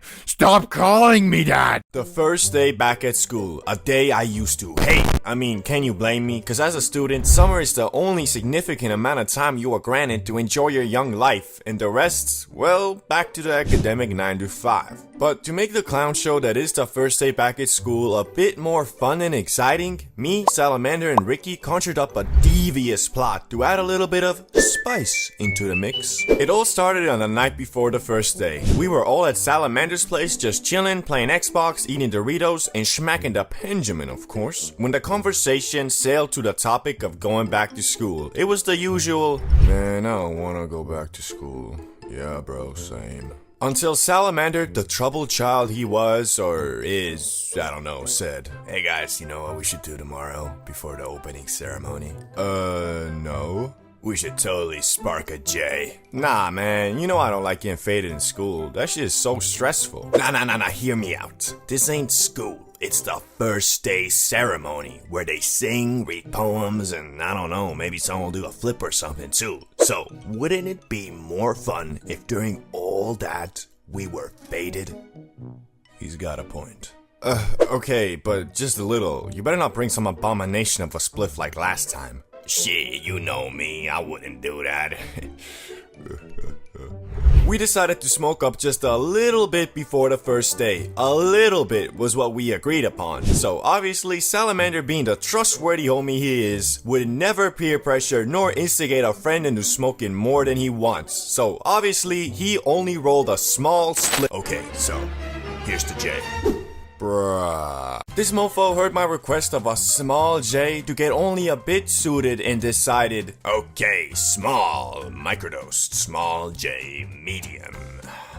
Nah, fuck it, fat. But anyway, here we are, on the park bench outside the school premises at 8:30 a.m. during wake and bake hours. And well, because me and Ricky are men of integrity and honor and would never waste Frieza, we fell to the bamboozlement of Salamander yet again and smoked the whole thing. Whereas right after, we were running a bit late, so the three of us Soint Musketeers stood up and started walking intensely to school. But honestly and thankfully, I wasn't very paranoid, unlike most of the times I got high at school, because, well, it was the first day and we didn't really have any classes except for only one introductory welcome back type thing that was supposed to last only 45 minutes, so not a big deal. Once we arrived at the auditorium, we were shell-shocked to find out the speech was already going on, and because we were looking like a couple medium rare filet mignons, we didn't really want to go in, because we knew when we opened that door, everybody would stop and stare at us, because that's just how it always is when you arrive to class late. And although Salamander was telling us, nah guys, don't be pussios, let's just go, we ended up sitting out the first part until lunchtime, cause we were pretty sure we wouldn't get in trouble if we just said we missed our bus or something. 30 minutes went by and lunchtime came, and because we were camped out at the cafeteria, we were the first to get their welcome back to school lunch. And what was that wonderful, significant, mouth-watering dish, you might ask? Well, it was nothing but Munchie's heaven. We were served some beans, a boiled egg, and some turkey meat or something. Oh, and I can't forget the 1% milk that tastes like it was mixed with water. Fantastic. But even though the food should have been pretty dog poop, it was actually pretty aight. I mean, it wasn't no Big Mac and McNuggets, but because we were high, it was edible. No. I would even go as far and say it was pretty good. After eating our gulag food faster than everybody else, we were the first back in the auditorium, and because of that, we got the best seats in the house, at the far back corner where no one could see us. And although we had missed the only important part of the day, that being the introductory speech by the principal, we did have a jolly old time listening to the honor students' inspirational poems and songs about life by giggling and chuckling in the back like math. Hey yo, chemistry.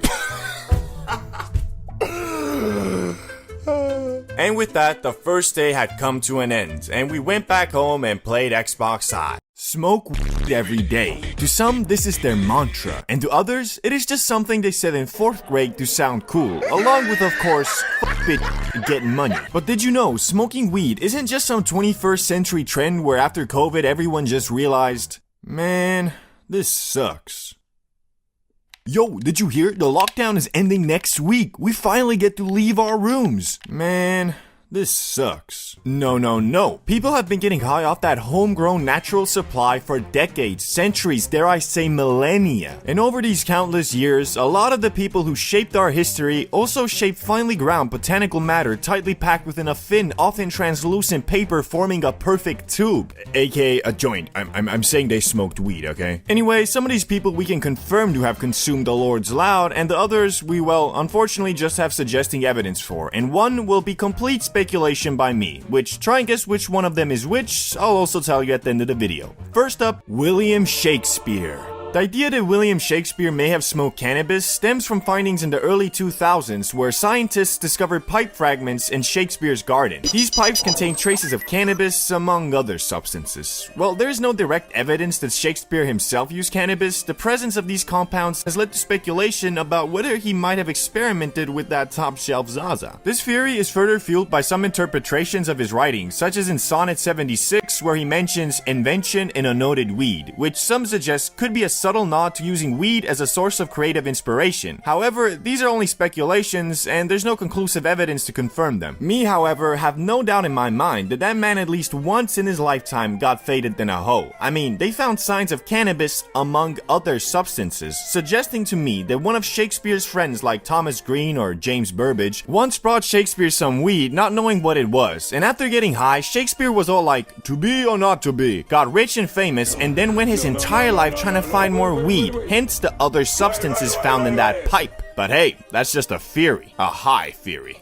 But now, let's talk about Queen Victoria. Queen Victoria might not be the first person you'd imagine puffing on a joint, but history has its surprises. Back in the Victorian era, our dear Queen was quite the savant when it came to pain management. Prescribed cannabis by her royal physician, Sir J. Russell Reynolds, Victoria reportedly used it to relieve menstrual cramps. This makes her one of the earliest known VIPs of the medical marijuana club, proving even monarchs need a little herbal relief now and then. No word on whether it made court affairs more amusing, but one could certainly hope. Although this one is proven to be true, unlike Shakespeare, it isn't quite as, well, entertaining is the right word, I guess, as there really is no proof that she ever smoked that OG, just put a few drops under her tongue. Did she ever have the munchies? Did she ever get intentionally high before, let's say, a play to make it more enjoyable? I guess we'll never know. One can only ponder about the royal rotation. George Washington. Ah, the $1 bill. America's first president and perhaps its first agricultural innovator in the realm of hemp. In his days, tending to the vast fields of Mount Vernon, Washington got quite savvy with his crops, particularly hemp, which was used primarily for industrial purposes like making ropes and fabrics. But here's a little historical nugget. Washington wrote about separating male from female hemp plants. Now, to the untrained eye, this might just seem like good old farming, but those in the know might wink at the idea that George was onto something more recreational. I mean, why else fuss over female plants known for their higher THC content? Well, there's no smoking gun, or smoking pipe as it were, to prove he partook himself. It does raise eyebrows, and maybe even a few smiles at the thought of the father of his country partaking in a bit of the herb. Of course, there are some other reasons why George could have wanted to separate female plants from male ones, but I just can't imagine being so into weed farming and not even once being curious enough to smoke it. Can you? Probably not. So conclusion, I think he smoked. You think he smoked? He smoked. Herodotus. Often dubbed the father of history, he had quite the knack for detailing the quirky habits of ancient cultures. In his tales, he mentions the Scythians, a group that really knew how to throw a smoky party. They weren't just tossing burgers on the grill, but were burning cannabis seeds to whip up a bathhouse-style smoke fest. Imagine this, ancient warriors chilling in felt tents, getting secondhand highs from hotboxing with hemp. Which leads us to Alexander the Great. Some cultures around his empire used cannabis, such as the Scythians, who, as I mentioned earlier, Herodotus noted used it in steam baths. However, there are no records or indications that Alexander himself used cannabis. His conquest did bring him into contact with many different peoples and cultures, so it's likely he was aware of various herbal practices. However, connecting him directly to cannabis use is, well, fight on! Light on. Unlikely. Louis Armstrong. The jazz virtuoso with a trumpet and a grin as wide as the Mississippi had a special relationship with gauge, his preferred term for marijuana. Armstrong wasn't just casual about his cannabis. He considered it essential to his music and well-being. He famously said that it made him feel good, didn't make him mad, and that he couldn't forget it even if he tried. So integral was marijuana to his routine that he wrote to President Eisenhower advocating for its legalization. We always looked at pot as a sort of medicine, a cheap drunk, and with much better thoughts than one that's full of liquor. Wise words if I do say so myself. For Armstrong, weed was a part of the jazz lifestyle, keeping him cool in the face of the era's hot prejudices and even hotter jazz clubs. Carl Sagan. The cosmos' personal tour guide was not only fascinated by the stars, but also by the starry effects of marijuana. Under the nom de plume, Mr. X, aka Sagan, extolled the virtues of weed in an essay that spoke of it as both a source of profound philosophical insights and a simple pleasure. He argued that cannabis had a remarkable power to enhance curiosity, appreciation for art, and sensory experiences, essentially deepening the user's connection to the universe. His private use of cannabis was a tool for scientific meditation and personal enlightenment, a kind of mental spacecraft exploring the uncharted territories of the human mind, all while maintaining a vigorous career in astrophysics. What a G! His appreciation for weed was not just about enjoyment, but also an intellectual pursuit, adding a layer of contemplation to his stargazing. This one is one of my favorites because it really just proves that weed doesn't make a hardworking person lazy, it makes a lazy person lazier. And in the case of Mr. X, no, not you Elon Musk, Carl, it's awesome to see an advocate for weed that isn't a rapper or a retired athlete, but an esteemed astrophysicist. No, not you either, Neil deGrasse Tyson, we all know how smart you are. Final person on our list, and the most prominent in Zaza use. Everything he described makes sense to me, as although I'm not hippie enough to say my Zaza destruction is due to me wanting to deepen my connection to the universe, I do however prefer to play No Man's Sky high as balls. Thanks for watching. Oh, and Alexander the Great was the fake one, he didn't smoke up. Sorry. Dabs, the world's strongest saw, or so I have been told. In reality, dabs can't really be considered the world's strongest saw because it's technically not weed anymore, it's the extract of it. And although there are natural and unnatural ways to extract that THC, the end result is always the same: super potent, sticky, icky wax. You see, wax is like the express lane of cannabis. If the express lane was designed to launch you into a height so intense, you'll wonder if you just got teleported. It's a concentrated form of cannabis where all the THC and terpenes have been extracted from the plant into a sticky wax-like substance. Think of it as the espresso shot of weed. It's quick, potent, and designed to get you where you're going fast. Wax generally contains anywhere from 60 to 90% THC. That's right, you're basically inhaling a THC rocket launcher. A little dab, literally a small dot of wax, is enough to send you to the moon and back in no time, which, let's be honest, might be exactly what you're looking for, but anyway. The extraction process typically involves solvents like butane or CO2, which separate the THC from the plant material. The result is a gooey concentrate that can resemble something between honey and a gummy bear's worst nightmare. And if you think it looks a little sus, that's because it probably should. Just make sure you know what you're doing with the dab rig, or you might end up with an accidental science experiment that doesn't go quite as planned. Now, you might be wondering, CBDBro, what's the difference between like strong bud and dabs, eh? What's up with that? Glad you asked, my little munchkin. Bud typically contains around 15 to 25%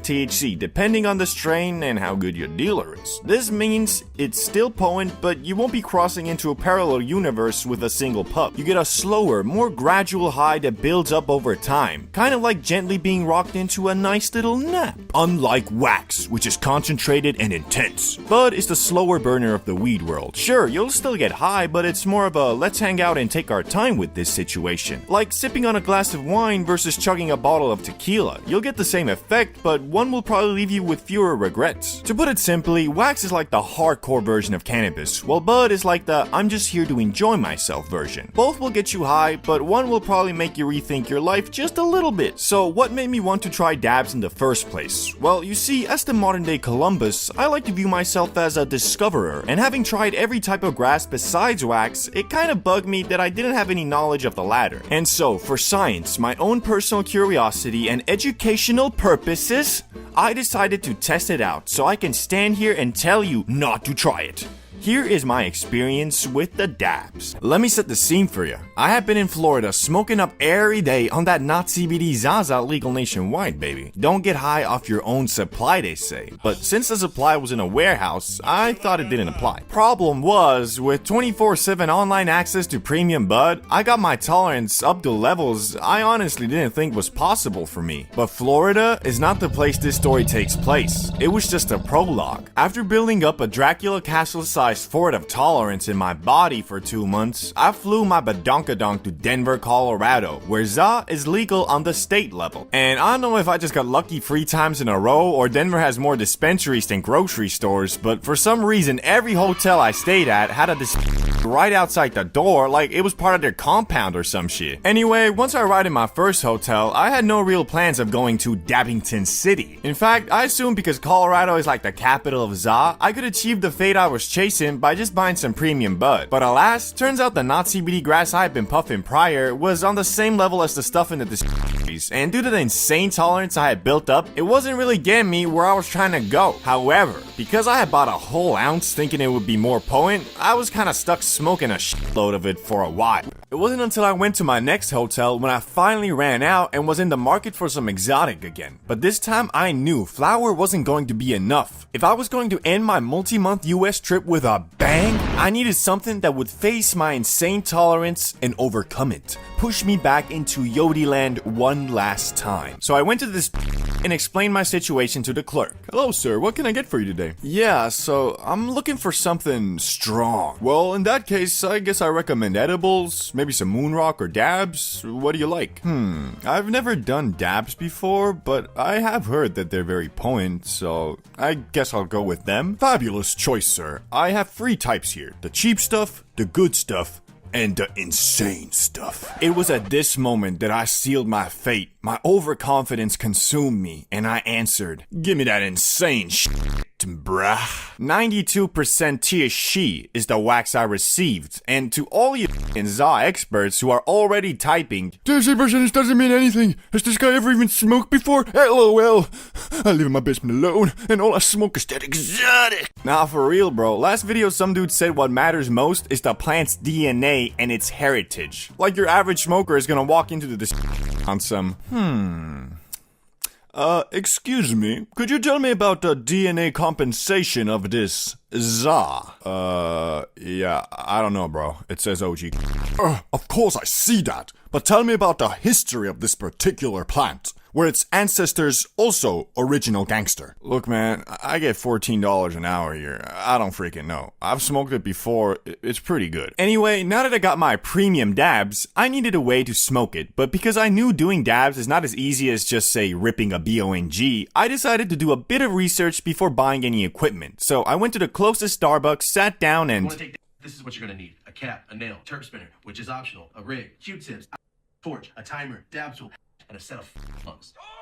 Well, that's ridiculous. I knew it wasn't simple, but what the fuck is the main thought that went through my brain. I had no idea you needed a whole damn chemistry kit to take a dab, but I had already committed. I mean, that premium wax wasn't cheap, and I was determined to finish what I had started. So I went to the closest smoke shop like, "Hello there, can I help you with anything?" "Yeah, so, I need a cap, a nail, a spinner, a rig, Q-tips, alcohol, a torch, a timer, and finally, a dab tool. Do you have all of that?" "Yeah, I'm pretty sure I can find all that stuff around here somewhere, but you could just buy this electronic pen. Probably be a bit easier." "Oh, well, sure, but does it include, a cap, a nail, a terp?" "No, but, like, you can do a dab with it." "Oh, fantastic. I'll take." As it turns out, all you really need to take a dab is a e-pen, but I'm sure I'll be lectured in the comments about how that's not the same and how I've never even been high before. Anyway, I was now almost ready to enter into Dabbington City. But it was not gonna be easy, as I was staying at a no-smoke hotel. So I grabbed all my stuff, walked like 10 feet from the hotel, loaded my dab, and...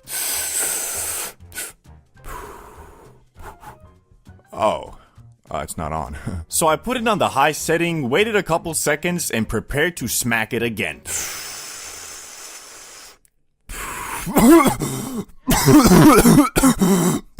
I was done. Finished, bamboozled. No words can describe how absolutely grade A I was. I knew from the moment I exhaled that I needed to get to my room as fast as possible because this high instantly reminded me of when I first blinkered a Benjamin, only even more intense. I felt like my eyes had caved into my brain, making me more third person than first. Also, I could detect every organ in my body individually, and the sound of my heartbeats were constantly playing like some background music. I don't even know if I finished the whole dab, but I just knew I had to skedaddle before I... Wait, is it a bit cold? No. No. You see, I have this weird, awful debuff I only get sometimes when I'm like really hot. And this is the misperception of being extremely cold. It's like this weird trigger I have when I get too faded, and because I've experienced it so many times, it's like this unholy, intrusive thought that I just can't avoid. You can imagine my situation was not ideal. I was tweaking harder than I probably ever have before, and I just started slowly walking back to my hotel, trying to think of anything besides my bodily functions. I made it back inside, still shivering from my mental debuff, and walked to the elevator as fast as I could, where I had an awkward encounter with a fellow guest. I'm a swerve in the corner. Is it really that cold outside? No, it's pretty warm actually. Oh. Okay. That dude must have thought he just talked to a local crackhead. But anyway, the instant I got back to my room, I snuggled into my bed to warm up and hopefully stop tweaking, which eventually I did, but I was still scared to leave the comfort on my warm sheets, so I just kind of watched fun YouTube videos until I came down a bit. After about 30 minutes, I stopped geeking and instantly ordered some food, but not just any food. I ordered a large Baconator combo from Wendy's like a true American. And I know I say this every high story, but this time I can't emphasize it enough. That shit was bussin'. Combine my already empty stomach with the wax high, then throw in bacon, cheese, and lettuce. Yeah, I added lettuce to my burger. Why? Because fitness isn't a choice. It's a lifestyle. So, sorry to disappoint you guys, but really that's about all that happened. The high was very similar to my first Benjamin. Tweak it first, vibe later. Will I be doing dabs again? Probably not, because they're pretty expensive and build up your tolerance super fast. Did I enjoy my time in Dabbington City? Well, besides the first 30 minutes where my brain got Doctor Stranged into Antarctica, it was fun, although it did make me very stupid. As I remember trying to connect my PS5 to my TV, and for like 15 minutes, I was trying to figure out why it wasn't showing up on my screen until I realized, Oh, I'm missing the HDMI cable, dumbass. Sunrock, the most powerful grass that humanity has ever conjured up, with even its less potent relative Moonrock being so extreme that Snoop Dogg says it's too much. And since I had once already traveled to the moon and made it back alive, barely, I saw it only fitting for me to conquer the sun as well. But unlike last time, where I was in Amsterdam with my brother and had the comfort of tweaking together, this time I was alone, nearly 6,000 miles away from home, in the city of sin, Las Vegas, Nevada. The story kicks off a couple days after I had hit my first blinker and discovered a new realm of high. You know, kind of like Columbus when he discovered America, but unlike Columbus who annihilated the indigenous people, I was annihilating the, you know, blah, blah, blah. Anyway, after seeing firsthand what the land of the free can offer in terms of getting obliterated beyond the realms of Mother Nature, I was quite intrigued. So, out of curiosity, I decided to Google strongest weed you can get in Las Vegas, just in case there was something more potent than Moonrock, which up until this point I thought was the pinnacle of bud. So after stumbling upon an article comparing the rocks from the moon and sun, I realized that in my ignorance I had crowned a false king, and the only deserving punishment for a big smarty pants weed stickman YouTuber like myself was to feel the full wrath of the true strongest weed in the universe. I hopped on the local Las Vegas weed dispensary site in hopes of having it delivered to me like the Benjamin, but either due to current weather conditions or just a delivery man grinning the fuck out, it said, "We are currently not providing deliveries." But for the time being, I had no other choice than to leave my apartment and go to the closest dispensary in hopes of them having this exotic nug in stock. Only problem was that it was night and, well, your boy wasn't exactly staying at Caesar's Palace, so as I was preparing to go outside in the dark, where, mind you, I saw a guy walking around wearing a safety vest, rocking a handlebar mustache, and carrying a double-barrel shotgun the night before, I just had to take a quick rip from the bong to make it a high story, you know? Okay, 2 miles that way. Wish I had a car. Guess I'll just run. Fucking bullshit. A few minutes later. Hello, sir? Oh yeah, hello. You guys have something called Sunrock? It's like, nope.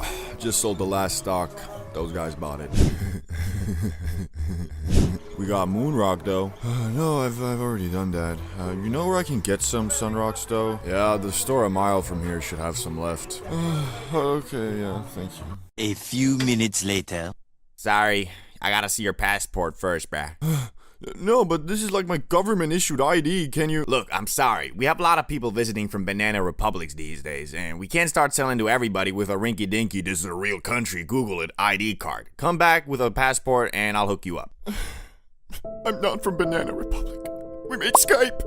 We made Skype. Hello there. Yes, I had to now walk back 3 miles, get my passport, walk another 3 to get the Sunrock, and then walk another 3 back home. And mind you, I had already ran 3 miles too. So you know, of course, cause your boy fast as ball, quick as an electrical jolt, I got an Uber back home. But now I was fresh again, so of course I put on my Space Jams and I got an Uber. But then when I was there and showed my passport, received my $80 weed, I was not trying to get robbed on the walkway filled with homeless camps in Las Vegas fiends, so I got an Uber. Finally, after wasting a week's transportation budget in 40 minutes, I was back in my apartment, Sunrock in hand and rolling papers in my pockets. And yes, unlike last time with the Moonrock, I wasn't about to smack that shit from my bong and get assimilated. Cause from the blinker I had done a couple days back, I learned my lesson about concentrate. Do not underestimate it. So I rolled me up a Slimmy Slimmer, basically a very small J. And something you might not know is that with these caviar nugs like Sunrock, you're not really supposed to grind them with a regular grinder, so I just used my fingers to break the nug apart, and because of that, well, let's just say the airflow on this J was god awful. Later on I would find out you're not supposed to smoke Sunrock from a J at all, but hey, you live and you learn. Anyway, I went to my patio and attempted to light this abomination, and I mean, it really was. Imagine taking some A4 Wagyu steak and serving it in a dirty bucket, but alas, I still...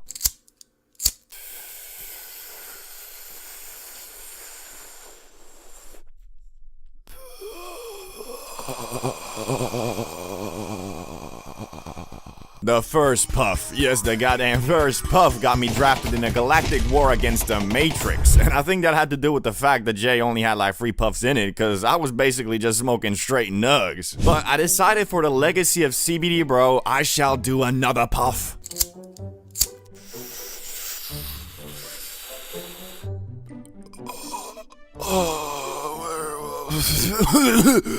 The French Revolution, the Napoleonic Wars, the moon landing, the splitting of the atom, the theory of relativity, it all flashed before my eyes because I now saw the world from an interstellar position. And I would love to say I now went on some grand adventure and discovered the Holy Grail with some Las Vegas crackheads, but this was different. The high was spent glued to my couch, wondering the meaning of the universe and how I had traveled 6,000 miles across the ocean and was now sitting on a couch in some random Airbnb completely and utterly blasted beyond human understanding. After about 15 minutes of doing literally nothing but staring at my wall, I decided to watch some YouTube and found this guy called Oversimplified who makes these historical animation videos and spent a good portion of my high learning about the history of our world. Too bad I don't remember a goddamn thing, but at the time I felt like I was really becoming a damn scholar. I guess the lessons and memories of that high are waiting for me once I return to the land of the sun. Where am I? Man, I told you not to smoke that Sunrock. You stuck on the sun now, fool, with the rest of us. No! Oh, no, wait, that was just a dream.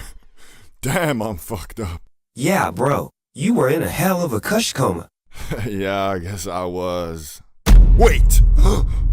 Bro, I got stuck in a kush coma, my dudes. Shit was crazy, and I don't actually remember the exact dreams I saw, but they were pretty trippy, and it was one of those Inception things that had me waking up from a dream into another dream, son. Safe to say, I had gotten assimilated. But it was kind of nice, because it was a real clear high without anxiety, which usually when you get that obliterated, it always comes accompanied with just a little bit of anxiety at least. So, are Sunrocks stronger than Moonrocks? Yes, but the main thing I took from this high was that they also kinda better, but I mean, I've only done both once, so once I return to the US, I'll give them both another try and make a conclusion then. The 5 levels of being high. Now, I bet you've seen a couple videos on this topic, maybe even mine, but since almost a year has passed and my knowledge and understanding of the magic green plant has grown tremendously, I thought it's about time to make the ultimate, definitive, most precise levels of high tier list on planet Earth. And to make it even more fun, for every level, I'ma be getting more high to give an accurate representation of what the level feels and sounds like. So let's get it started with Level 1. microdosed. This is the level where you don't really feel anything per se, but you can tell something is different. You have a slight mood boost and your body might feel a bit more elevated. So like if your legs were sore, they'd probably be more sore now, but if you're lying on your bed, well, its comfortability is probably up about by 10 to 15%. Nothing crazy, but it is noticeable. This, however, isn't enough to give you the giggles, so that Amy Schumer comedy special will still leave you wondering if my vagina is actually comedy or just poorly done slapstick humor. And since I'm currently at this level, I can tell you it also has no negative side effects, so I can still do everything without worrying if I'm too high. Anyway, let's move on to the first exciting level, and that is level 2. I'm feeling it. So you're feeling it, eh? Well, me too. This is the level where that Amy Schumer special might actually forcefully steal a giggle or two from you, but not because it's actually funny, it's more like you're laughing at her rather than with her. Anyway, since you're now feeling it, you also might be feeling that movie a bit more, or that video game. Shit, you might be feeling your own jokes a bit more. Got you laughing at your own thoughts, fool. This is also the optimal high if you still got stuff to do.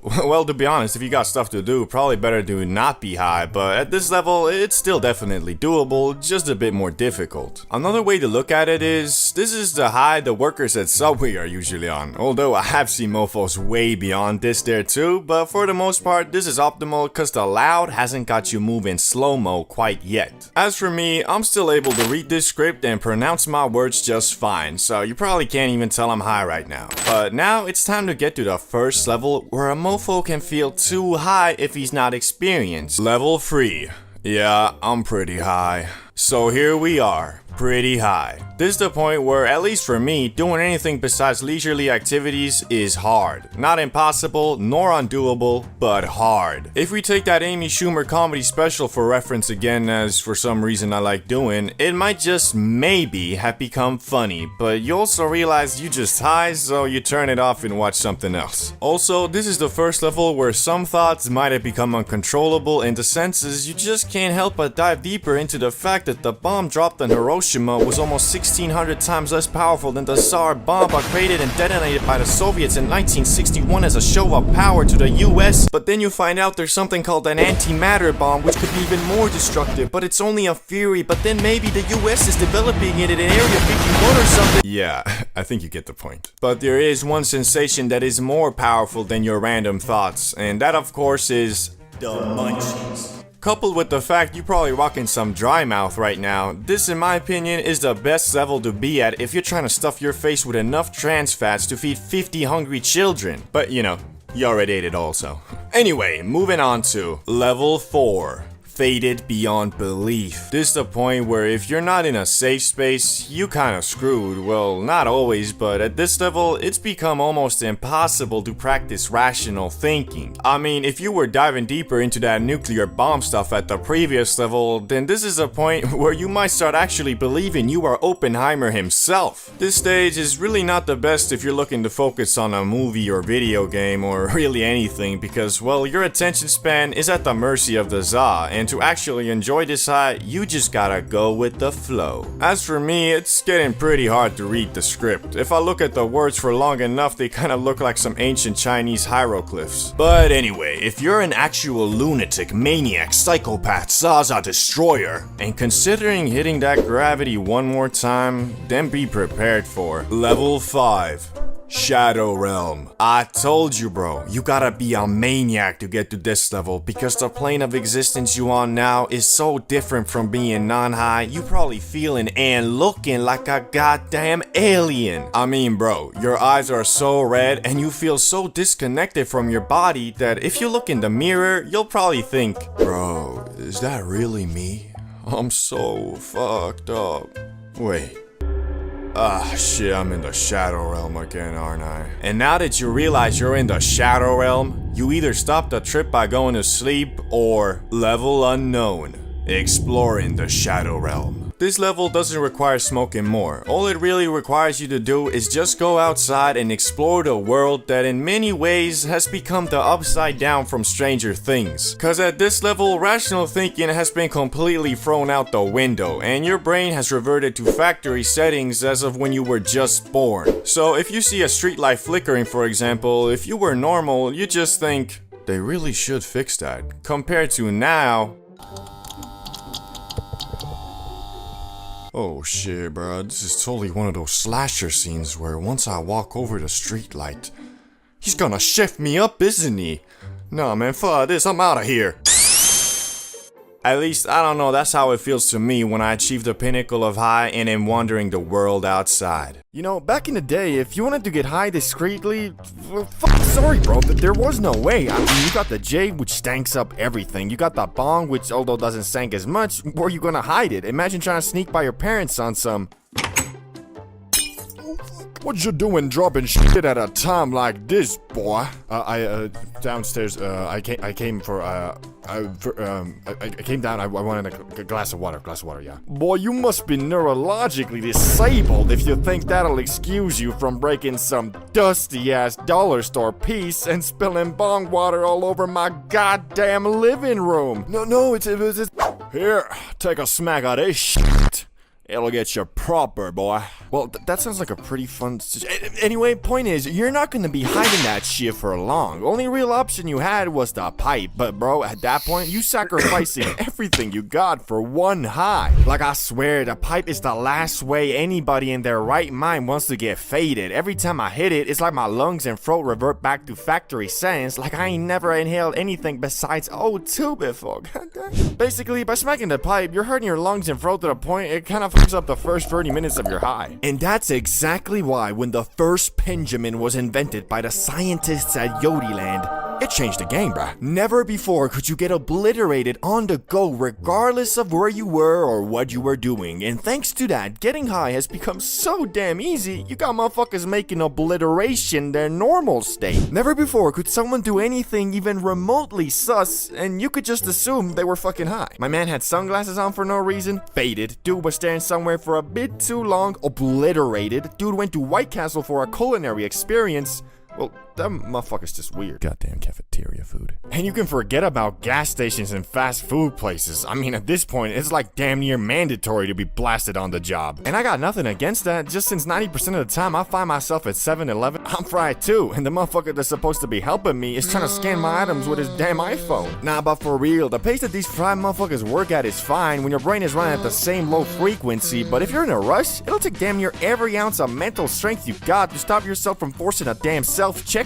Would you like a bag with that, sir? Fuck no, here's the money, just give me my shit. But don't get me wrong, I got nothing against a good old Benjamin. There really ain't a better on-the-go, fast and easy way to get faded. Unfortunately, I didn't go to college and kinda cheated my way through high school too, so the 15 or so brain cells I was able to develop that keep me from losing and forgetting shit turned into, well, basically zero. And for that reason, I've already lost 2 of them. One of them slipped out my pocket while I was at the movies, and I'm pretty sure some teenagers stole it, cause after the film, when I was looking for it with my flashlight and shit, these motherfuckers were giggling in the back, looking at me like I was a damn circus clown. Coupled with the fact I was fried as fuck, I was fighting my tears. Dog. I just got robbed by some damn teens and I can't even do shit cause it was illegal to even bring it in there. Second one I lost in a very similar manner. As I was getting out my Uber going back home, my sweatpants did me dirty and flinged that fucker out as I was standing up. Took me 2 minutes to realize, and when I did, my Uber driver was probably already hitting that shit cause when I called him back to ask for it, he said,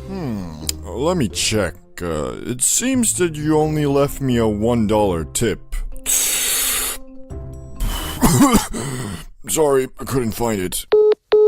And that one hurt the most because that was the first pen I ever had and the one I used for my first Benjamin adventure, which my first time was, well, by far the highest I have ever been in my life. I'm talking freaky, I'm talking third person. Shit, it was the first time in years I truly greened the thaw out. For you see, normal weed or bud is just that, normal. So the strength of it is confined in the realms of reality, unless you know it, it's moon rock. Anyway, the biggest difference between smacking a pen versus, let's say, a J is that the pen doesn't have normal bud in it. It has concentrate, which if you're unaware like I was, is about 10 to 20 times stronger than bud. Knowing that, the best way to get faded off the pen is by just taking small rips to avoid getting sent into the goddamn shadow realm. For example, the YouTuber DamianLuck925 is very well known for taking multiple blinkers, which is the biggest hit you can take, outside applied in social situations, most notably in random classrooms, like it's nothing. So me being at my USA Airbnb alone in the confines of my living room, thought to myself, okay, so it looks like the basic hit I should do at least is one blinker, but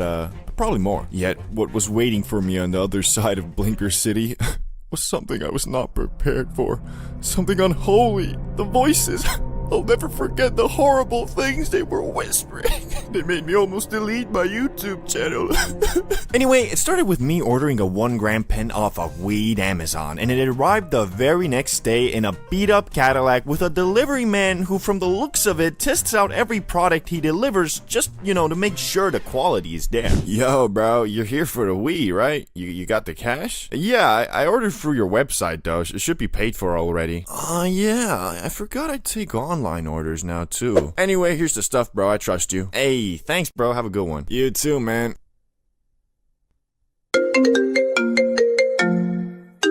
Hello, Mr. Bro. We got a delivery for you from Weed Amazon that should be arriving in an hour or so. Will you be home then? Wait, didn't I just... I'm a gorilla in a fucking scoop. Gonna pull up to the zoo. Oh, I better get out of here. So I went back to the crib, Benjamin in hand, and prepared myself to get faded. And obviously, I went for a blinker my very first hit. But since I had never smacked a pen before, I inhaled it for about 4 seconds and stopped because it was so light on my throat, I thought it wasn't working, but it actually was. And from that 4-second puff, I was already quite bamboozled. But since I have this weird rule of every time I get new stuff, I break it in by doing a massive hit, I thought, well, fuck. I was supposed to do a blinker. And went for it again. I inhaled and inhaled for a good 8 to 10 seconds, but the thing just wouldn't fucking blink. It got to the point where there was tears coming from my eyes and my throat was begging me to stop, and it ended up like...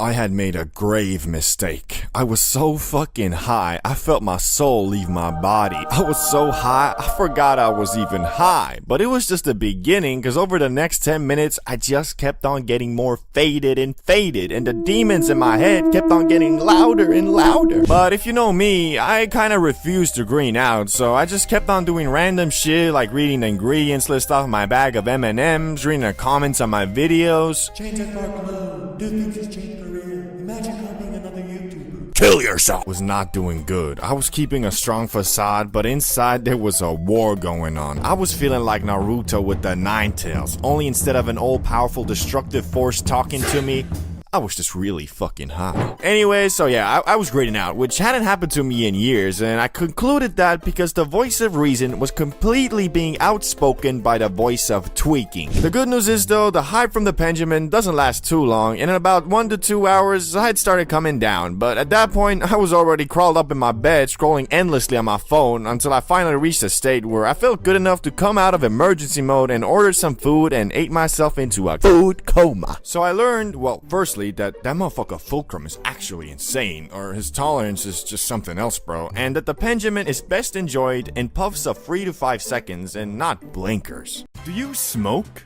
A question that has been asked frequently ever since the early 1900s, but unlike the early 1900s, where that question was mostly targeted towards cigarettes, these days, depending on your age and location, of course, it probably means, do you enjoy sparking up a doozy at 8 p.m. to either watch Family Guy or ponder the meaning of life? No in between. Which, although smoking anything is harmful for us, I do believe we are moving in the right direction, aka the direction of less addictive cancerous chemicals. But don't get me wrong, Zaza is not good nor never will be good for your physical health, although one can make the argument for mental health, only problem being 90% of that stems from, I feel like it helps, or I'm happier when I'm high, which in no way confronts the root of the problem, but rather serves as a temporary solution. But who am I to tell you if you're smoking too much weed, bruh? You have to figure that out yourself, because every situation is different. What I can and will do in this video though, is outline every level of cannabis consumption, how they may affect your health and life, and give you a better understanding of when and how a semi-unhealthy controlled hobby can turn into a straight-up addiction, to hopefully educate the public about the most important thing when it comes to anything in life: moderation. So let's start off with level 1. A casual. The casual is someone who smokes up only on occasions and almost exclusively with friends or family. At this level, you might be sparking up once or twice a month when a homie invites you over to hang out. And the reality is, you don't even really care about the weed part so much as the hangout part. You understand that smoking isn't good for you, but you also know the person you chill with likes to do so. And who are you to tell your friend how he or she should live his life? This is truly a wonderful level to be at, as being high is always eventful and joyful, unless, you green out. Anyway, I think this is obvious, but at this stage, you don't have your own bud, bong, or really anything related to the za, as your homie always just hooks you up. Which, unfortunately, most of us don't have a friend like that, or used to, but have since leveled up to the point that they're the ones hooking the homies up. But we all know free za always hits better. It's just one of those things. Level 2, the weekend smoker. The weekend smoker is someone who has evolved from only getting high for the sake of being on the same wavelength as the homie to someone who has grown to enjoy the effects of marijuana even alone. But don't get me wrong, you are still aware that smoking is not healthy, but you also know eating Ruffles is not healthy, doom scrolling is not healthy, yet you still do them from time to time. Getting high has become something you look forward to, but since you're not smoking up every night, it's usually always accompanied with some activity you have in mind, aka I can't wait for Friday so I can smoke up and play Minecraft. I'm excited for Saturday so I can smoke up and watch Dragon Ball Super. Something like that. At this level, you're also definitely not smoking up frequently enough to start worrying about the financial implications buying weed comes with. At most, you're getting an eighth once a week and rolling a couple J's, or maybe if your friend was generous, he'll give you his old bong. Protected with your life. Personally, this is the level I have tried to stay at, but well, it's kind of hard because at this point you have your own weed, and if you're doing something fun at night, it kind of tempts you to do it, well, high. And once you give into that temptation, you'll move up to level 3. The daily reward. You've come to really enjoy your weekend highs, so much so that you've decided, screw it, it's Tuesday, there'll be no hangover like with alcohol. Yeah, I'ma smoke up. I would consider this level the last one where you can still say you are not addicted, just really enjoy hanging around while high. The only problem being, weed has become an integral part of your routine, which has removed some of the wonder that accompanied it in the previous levels. As before, being faded got you moving extremely irregular, but since irregular depends on your perspective of regular and you're pretty regularly high, your actions while under the influence, although still fun, don't make you feel that, oh shit.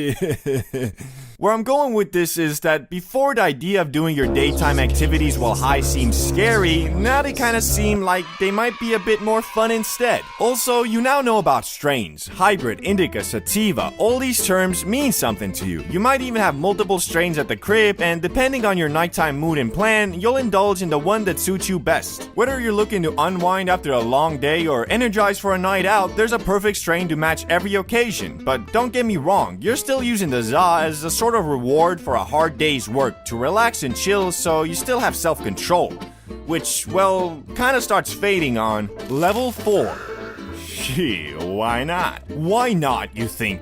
I ain't really got nothing much to do anyway, I'll just do a quick rip and make it more enjoyable. Getting high during the day can be a slippery slope, cause once you do, you'll realize that, wow, this is kind of fun. And so you might start dedicating your sativa stash to your daytime adventures, but there is a catch, a rather steep price you must pay when you reach this level. Because you are now high during the day, smoking up at night loses that reward factor it used to have. You're slowly getting to the point where the feeling of normality is being faded, and due to that, getting high at the end of your day is just standard procedure, not your special fun time, if you get what I'm saying. Another huge difference that comes at this level is of course your tolerance, which has gone way up along with your money spent on weed. And to counteract those, you have had to start buying in bulk. So instead of eighths, you now have ounces. But holding so much bud is a double-edged sword, as having over an ounce available at any given time also messes with your sense of how much you're actually smoking. Whereas one full bowl of bud taken from a grinded eighth visibly decreases the amount you have left, a full bowl taken from a grinded ounce seems like nothing. Which all of these things compound, kind of like the stock market. You're taking bigger and bigger hits each day, which most people would start to realize that at this point, it's kind of hard to label your Zaza destruction as a controlled hobby when you're not just high during your night goblin time, but also your daytime, and start lowering your consumption. But if you are not most people and still believe that you are in control, you'll move on to level 5. Zaza fiend. A cigarette smoker can smoke a pack a day, which is not so good for your lungs. A Zaza fiend can smoke 5 to 10 J's a day, which is also not so good for your lungs. Whereas before, you could point to that cigarette smoker and say, "You smoke the same amount in a day that I do in a month. We are not the same."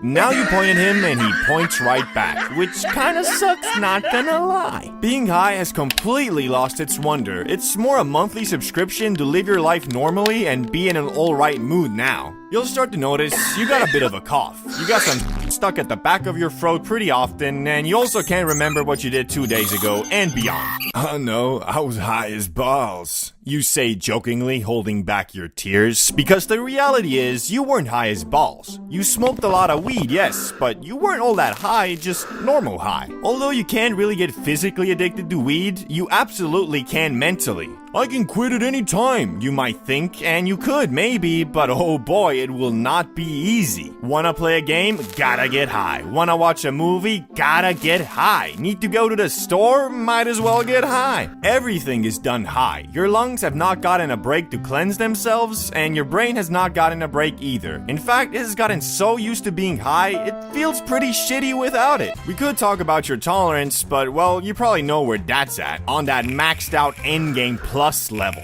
Personally, I've only ever gotten this far once, back when I was in high school and it was summer break, because I learned pretty quick that, well, it's by far the worst level to be at. You're smoking an insane amount, sometimes even back-to-back bong rips, but the feeling you get from it is not even that fun. On top of that, you're spending an unholy amount of money on bud. I mean, it's gotten so bad, your monthly Zaza costs might literally exceed your grocery budget. Got you setting aside half your paycheck just so you can feel okay.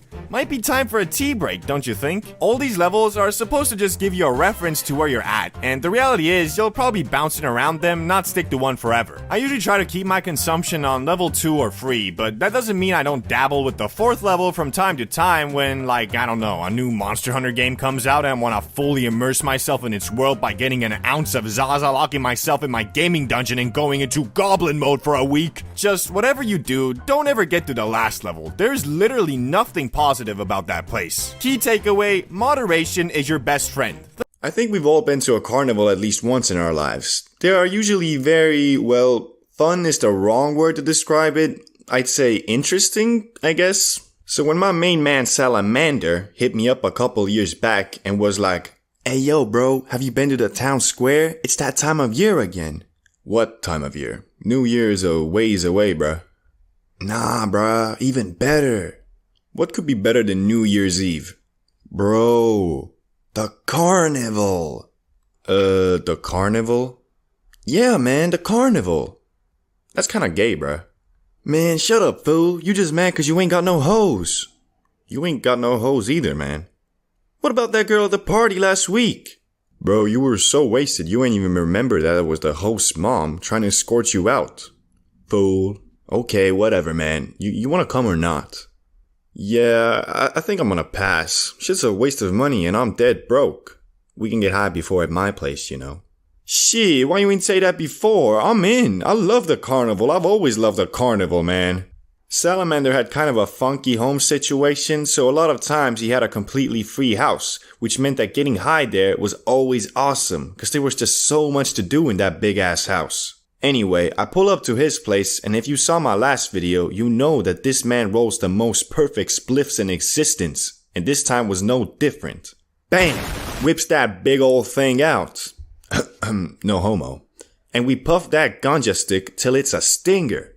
Honestly, we probably smoked half the filter too, cause in high school, weed was so valuable that even when you could clearly tell there ain't no Zaza left, someone was always like, "Hey yo bro, what you doing? There's a good 2 to 3 puffs left in that thing. I'ma hand bong it." All you, bro. All you.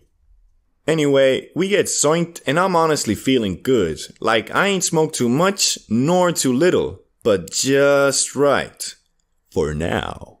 We start walking to the carnival and I'm starting to get more high. But I know that's just cause I ain't laying on the couch eating Oreos no more and I'm actually outside embarking on a quest with my guide Salamander. So we get to the carnival and man, this place ain't what it used to be. I guess that's probably cause all of the animal right movements and stuff, but it looks like a retirement home for washed up circus clowns. Speaking of clowns, there was obviously also a circus show that was gonna be happening soon, so we went ahead and bought some cotton candy and popcorn and sat down waiting for it to start. Hey, it's starting, bro, check it out, this finna be fire. And the way Mans was hyping it up, I couldn't help but get a little excited too, cause after all, I do have some great memories of circus shows from when I was a kid, and as we all know, there ain't no better combo than Kush and nostalgia. Except for maybe Kush and Twinkies. Anyway, they start announcing the show. Ladies and gentlemen, what you have all been waiting for, the tamer of lions, the conqueror of the jungle, the one and only Magistro! Bruh, who the fuck is that guy? Man looks like Joe Biden's less successful brother. Shit, man, you right. I might have overhyped the carnival a bit, I guess. You wanna leave?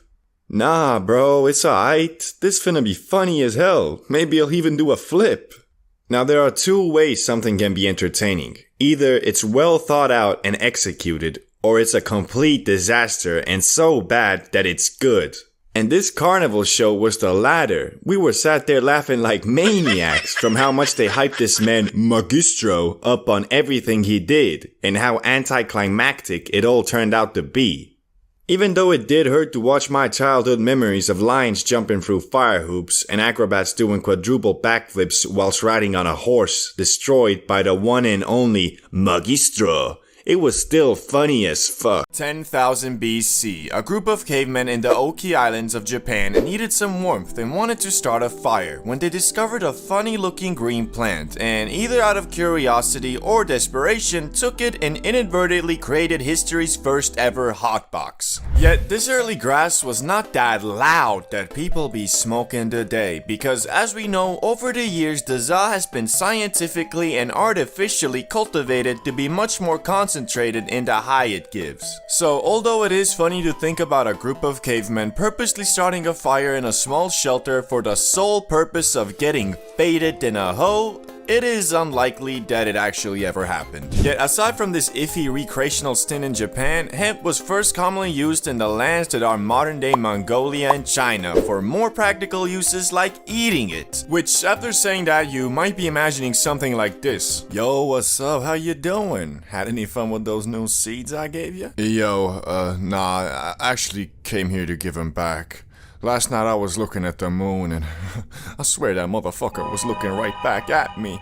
But alas, this probably wasn't the reality because the THC levels in this early cultivated Zaza were just really low, but soon the Chinese would discover that the holy plant's fibers were also great for making stuff too, like clothes, paper, and bowstrings. Which turns out hemp fibers were superior to the bamboo ones used by rivaling factions, allowing the Chinese to shoot their arrows much further. So basically, back in the day, if you were having a long distance bow battle and were losing, you might have screamed out, "We need to get closer!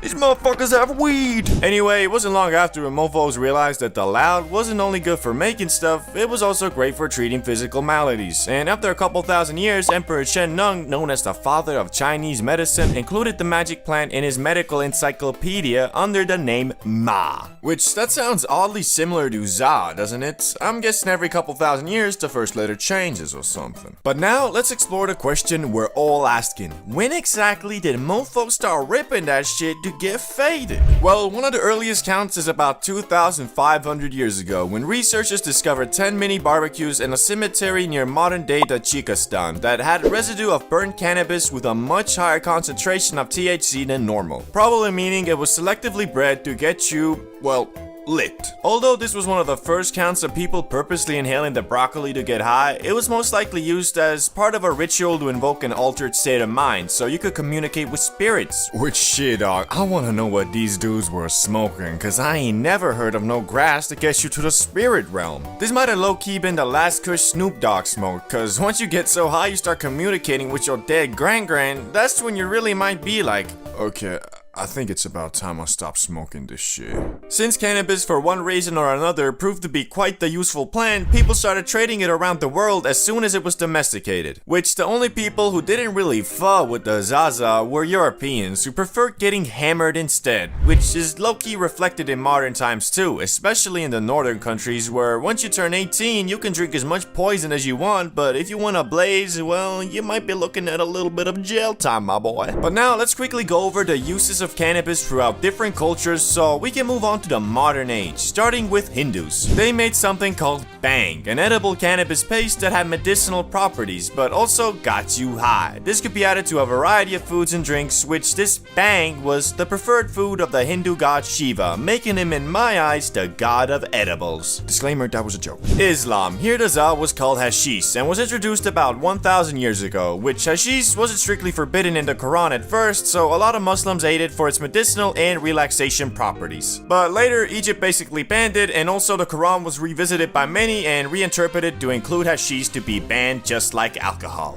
The Vikings. These dudes basically used the za to make rope, sailcloth, and other things, but also for its medicinal properties, mostly to relieve pain, and to date there's no hard evidence that they consumed it for its recreational use, but you know, maybe they should have, because they were quite the horrendous savages and murderers, so it might have made them think a little bit about peace and love. But what about America, England, and the actual global world powers? How did they react to weed? Well, again, like the Chinese, Europeans and Americans at first prominently used the magic green plant in the 16th to 18th century for more practical things like making sailcloth and rope, which the plant itself grew much larger in the New World soil, and combined with the practicality of it, everything started being hemp-derived. Clothes, paper, well, basically anything that required fibers. But the question still remains, when did mofos start smoking that shit to get blasted on the regular? Cause although at some point you, your neighbor, your grandma, your boss, and even George Washington were out here growing weed, wasn't nobody out here rolling them up.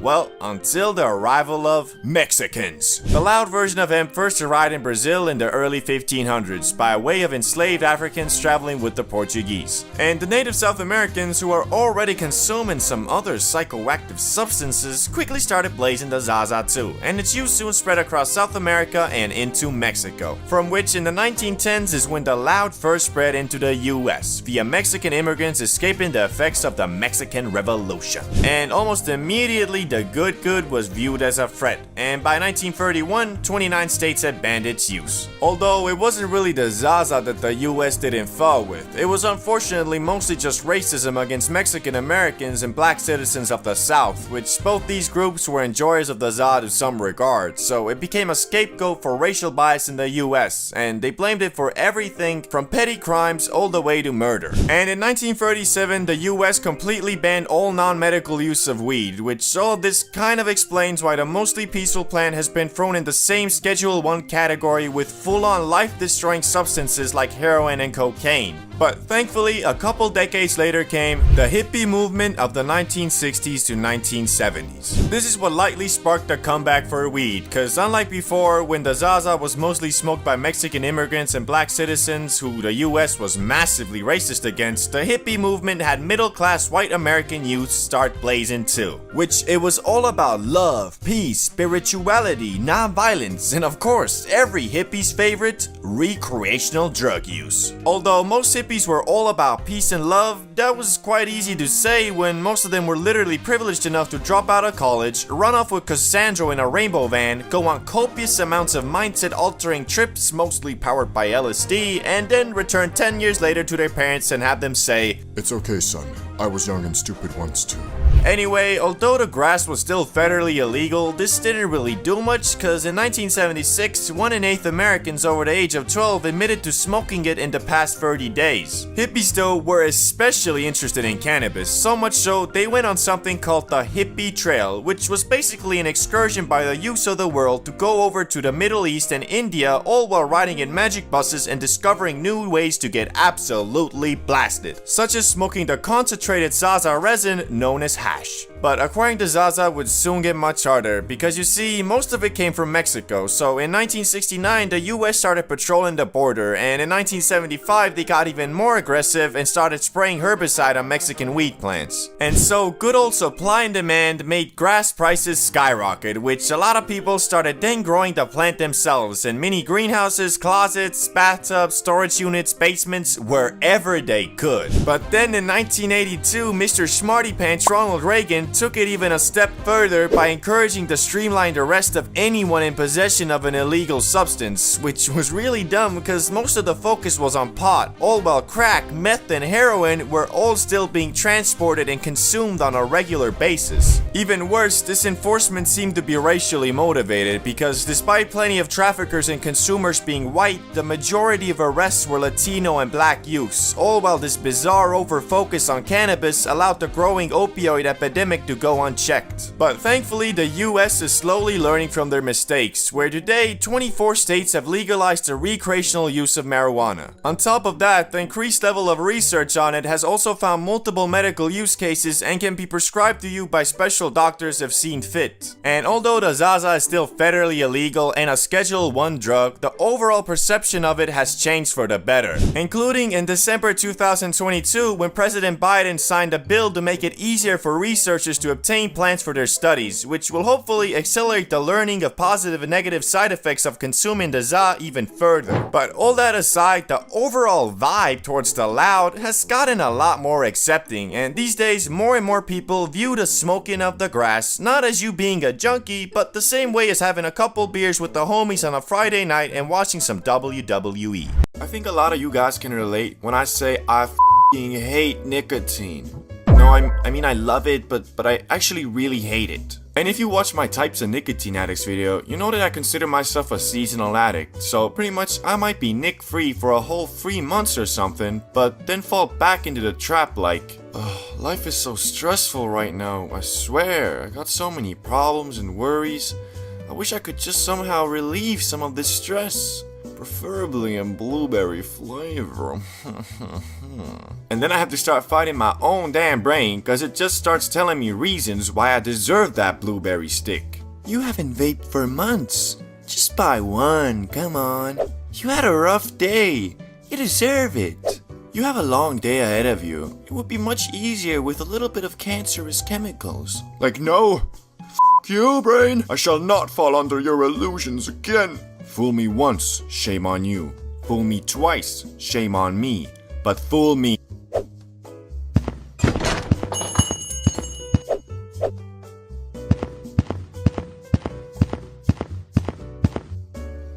Well, shit. And I don't even know why. Like, whenever I have something I need to do that I don't really feel like doing at the time, my brain automatically gives me the signal to go buy some Nick. Like, why? It doesn't actually make the task easier. Shit, all it actually does is make it harder, cause you get all lightheaded and dizzy. Every time I get a week or more off the stuff, I feel great and am as productive as ever, but for some reason, my mind still believes if I just had some nicotine, I would be even more productive. It's kinda the same with grass though, cause I always feel like I'm getting shit done when I'm high, but in reality, I'm working at like 30% capacity, but it just feels like I'm working at 200, cause the ZA makes everything feel so significant, even just doing a small amount of work feels like you just finished studying for them Harvard entrance exams, fool. Anyway, back to nicotine and how I got accidentally addicted to it again. So basically what had happened was I was just doing what I normally do, you know, making videos and shit, when suddenly I was invited to a barbecue. And you know, me being the CBD bro I am, I ain't really wanna go cause I had shit to do. Plus, you know, everybody was drinking there and I was just trying to smoke that grass. But reluctantly, I accepted, and not to my surprise, everybody there was consuming that Nick one way or the other. And well, long story short, I cracked and took a nicotine pouch from one of the people there. Well, by the end I took like 7 or 8, but that doesn't matter. And my dumbass thought, well okay, just one day. But then the next day I went out with some friends and by the gods, 2 of them were also carrying nicotine pouches, so obviously I did some more. And then the same thing happened the day after that, and by the end of it all, I just went ahead and bought a fucking Elf bar. Cause I guess all it takes to go from months clean to Elf bar in your pocket sucking on a colorful stick when stressed, unable to control your urges hobgoblin is 2 days of stuffing your gums with nicotine pouches. Thankfully, I didn't let myself go too far, cause after that Elf bar, I didn't buy any more, but instead placed myself in specific social situations where I was able to receive free nicotine pouches from others. And that's what I'm on at the time of this video as well. So basically, I don't have my own vape or whatnot, but every time I go somewhere where someone does, you better believe I'm asking for a quick hit. But don't worry, I try not to be too much of a goblin, so usually I cash app like $2 to the dude I'm borrowing the vape from. It's kinda hard though trying to explain to people like, yeah, I don't vape. Only when someone else has a vape, then I vape quite a bit. But hey, that's what's helped me quit nicotine like 5 times by now, although I always end up coming back to it after a couple months. Nonetheless, it helps because in order to get my nicotine kick, I have to go out and socialize, which can be quite hard if you also want to be faded and watch Star Wars Theory at home. So a lot of times, I just don't go and therefore don't vape. It's only when my nicotine addiction outweighs my desire to be high at home when I go out and vape. And because I'd rather watch Disney Plus and munch on some Doritos than just sit somewhere and suck on a nicotine stick, I've been able to control my nicotine addiction quite well, I think.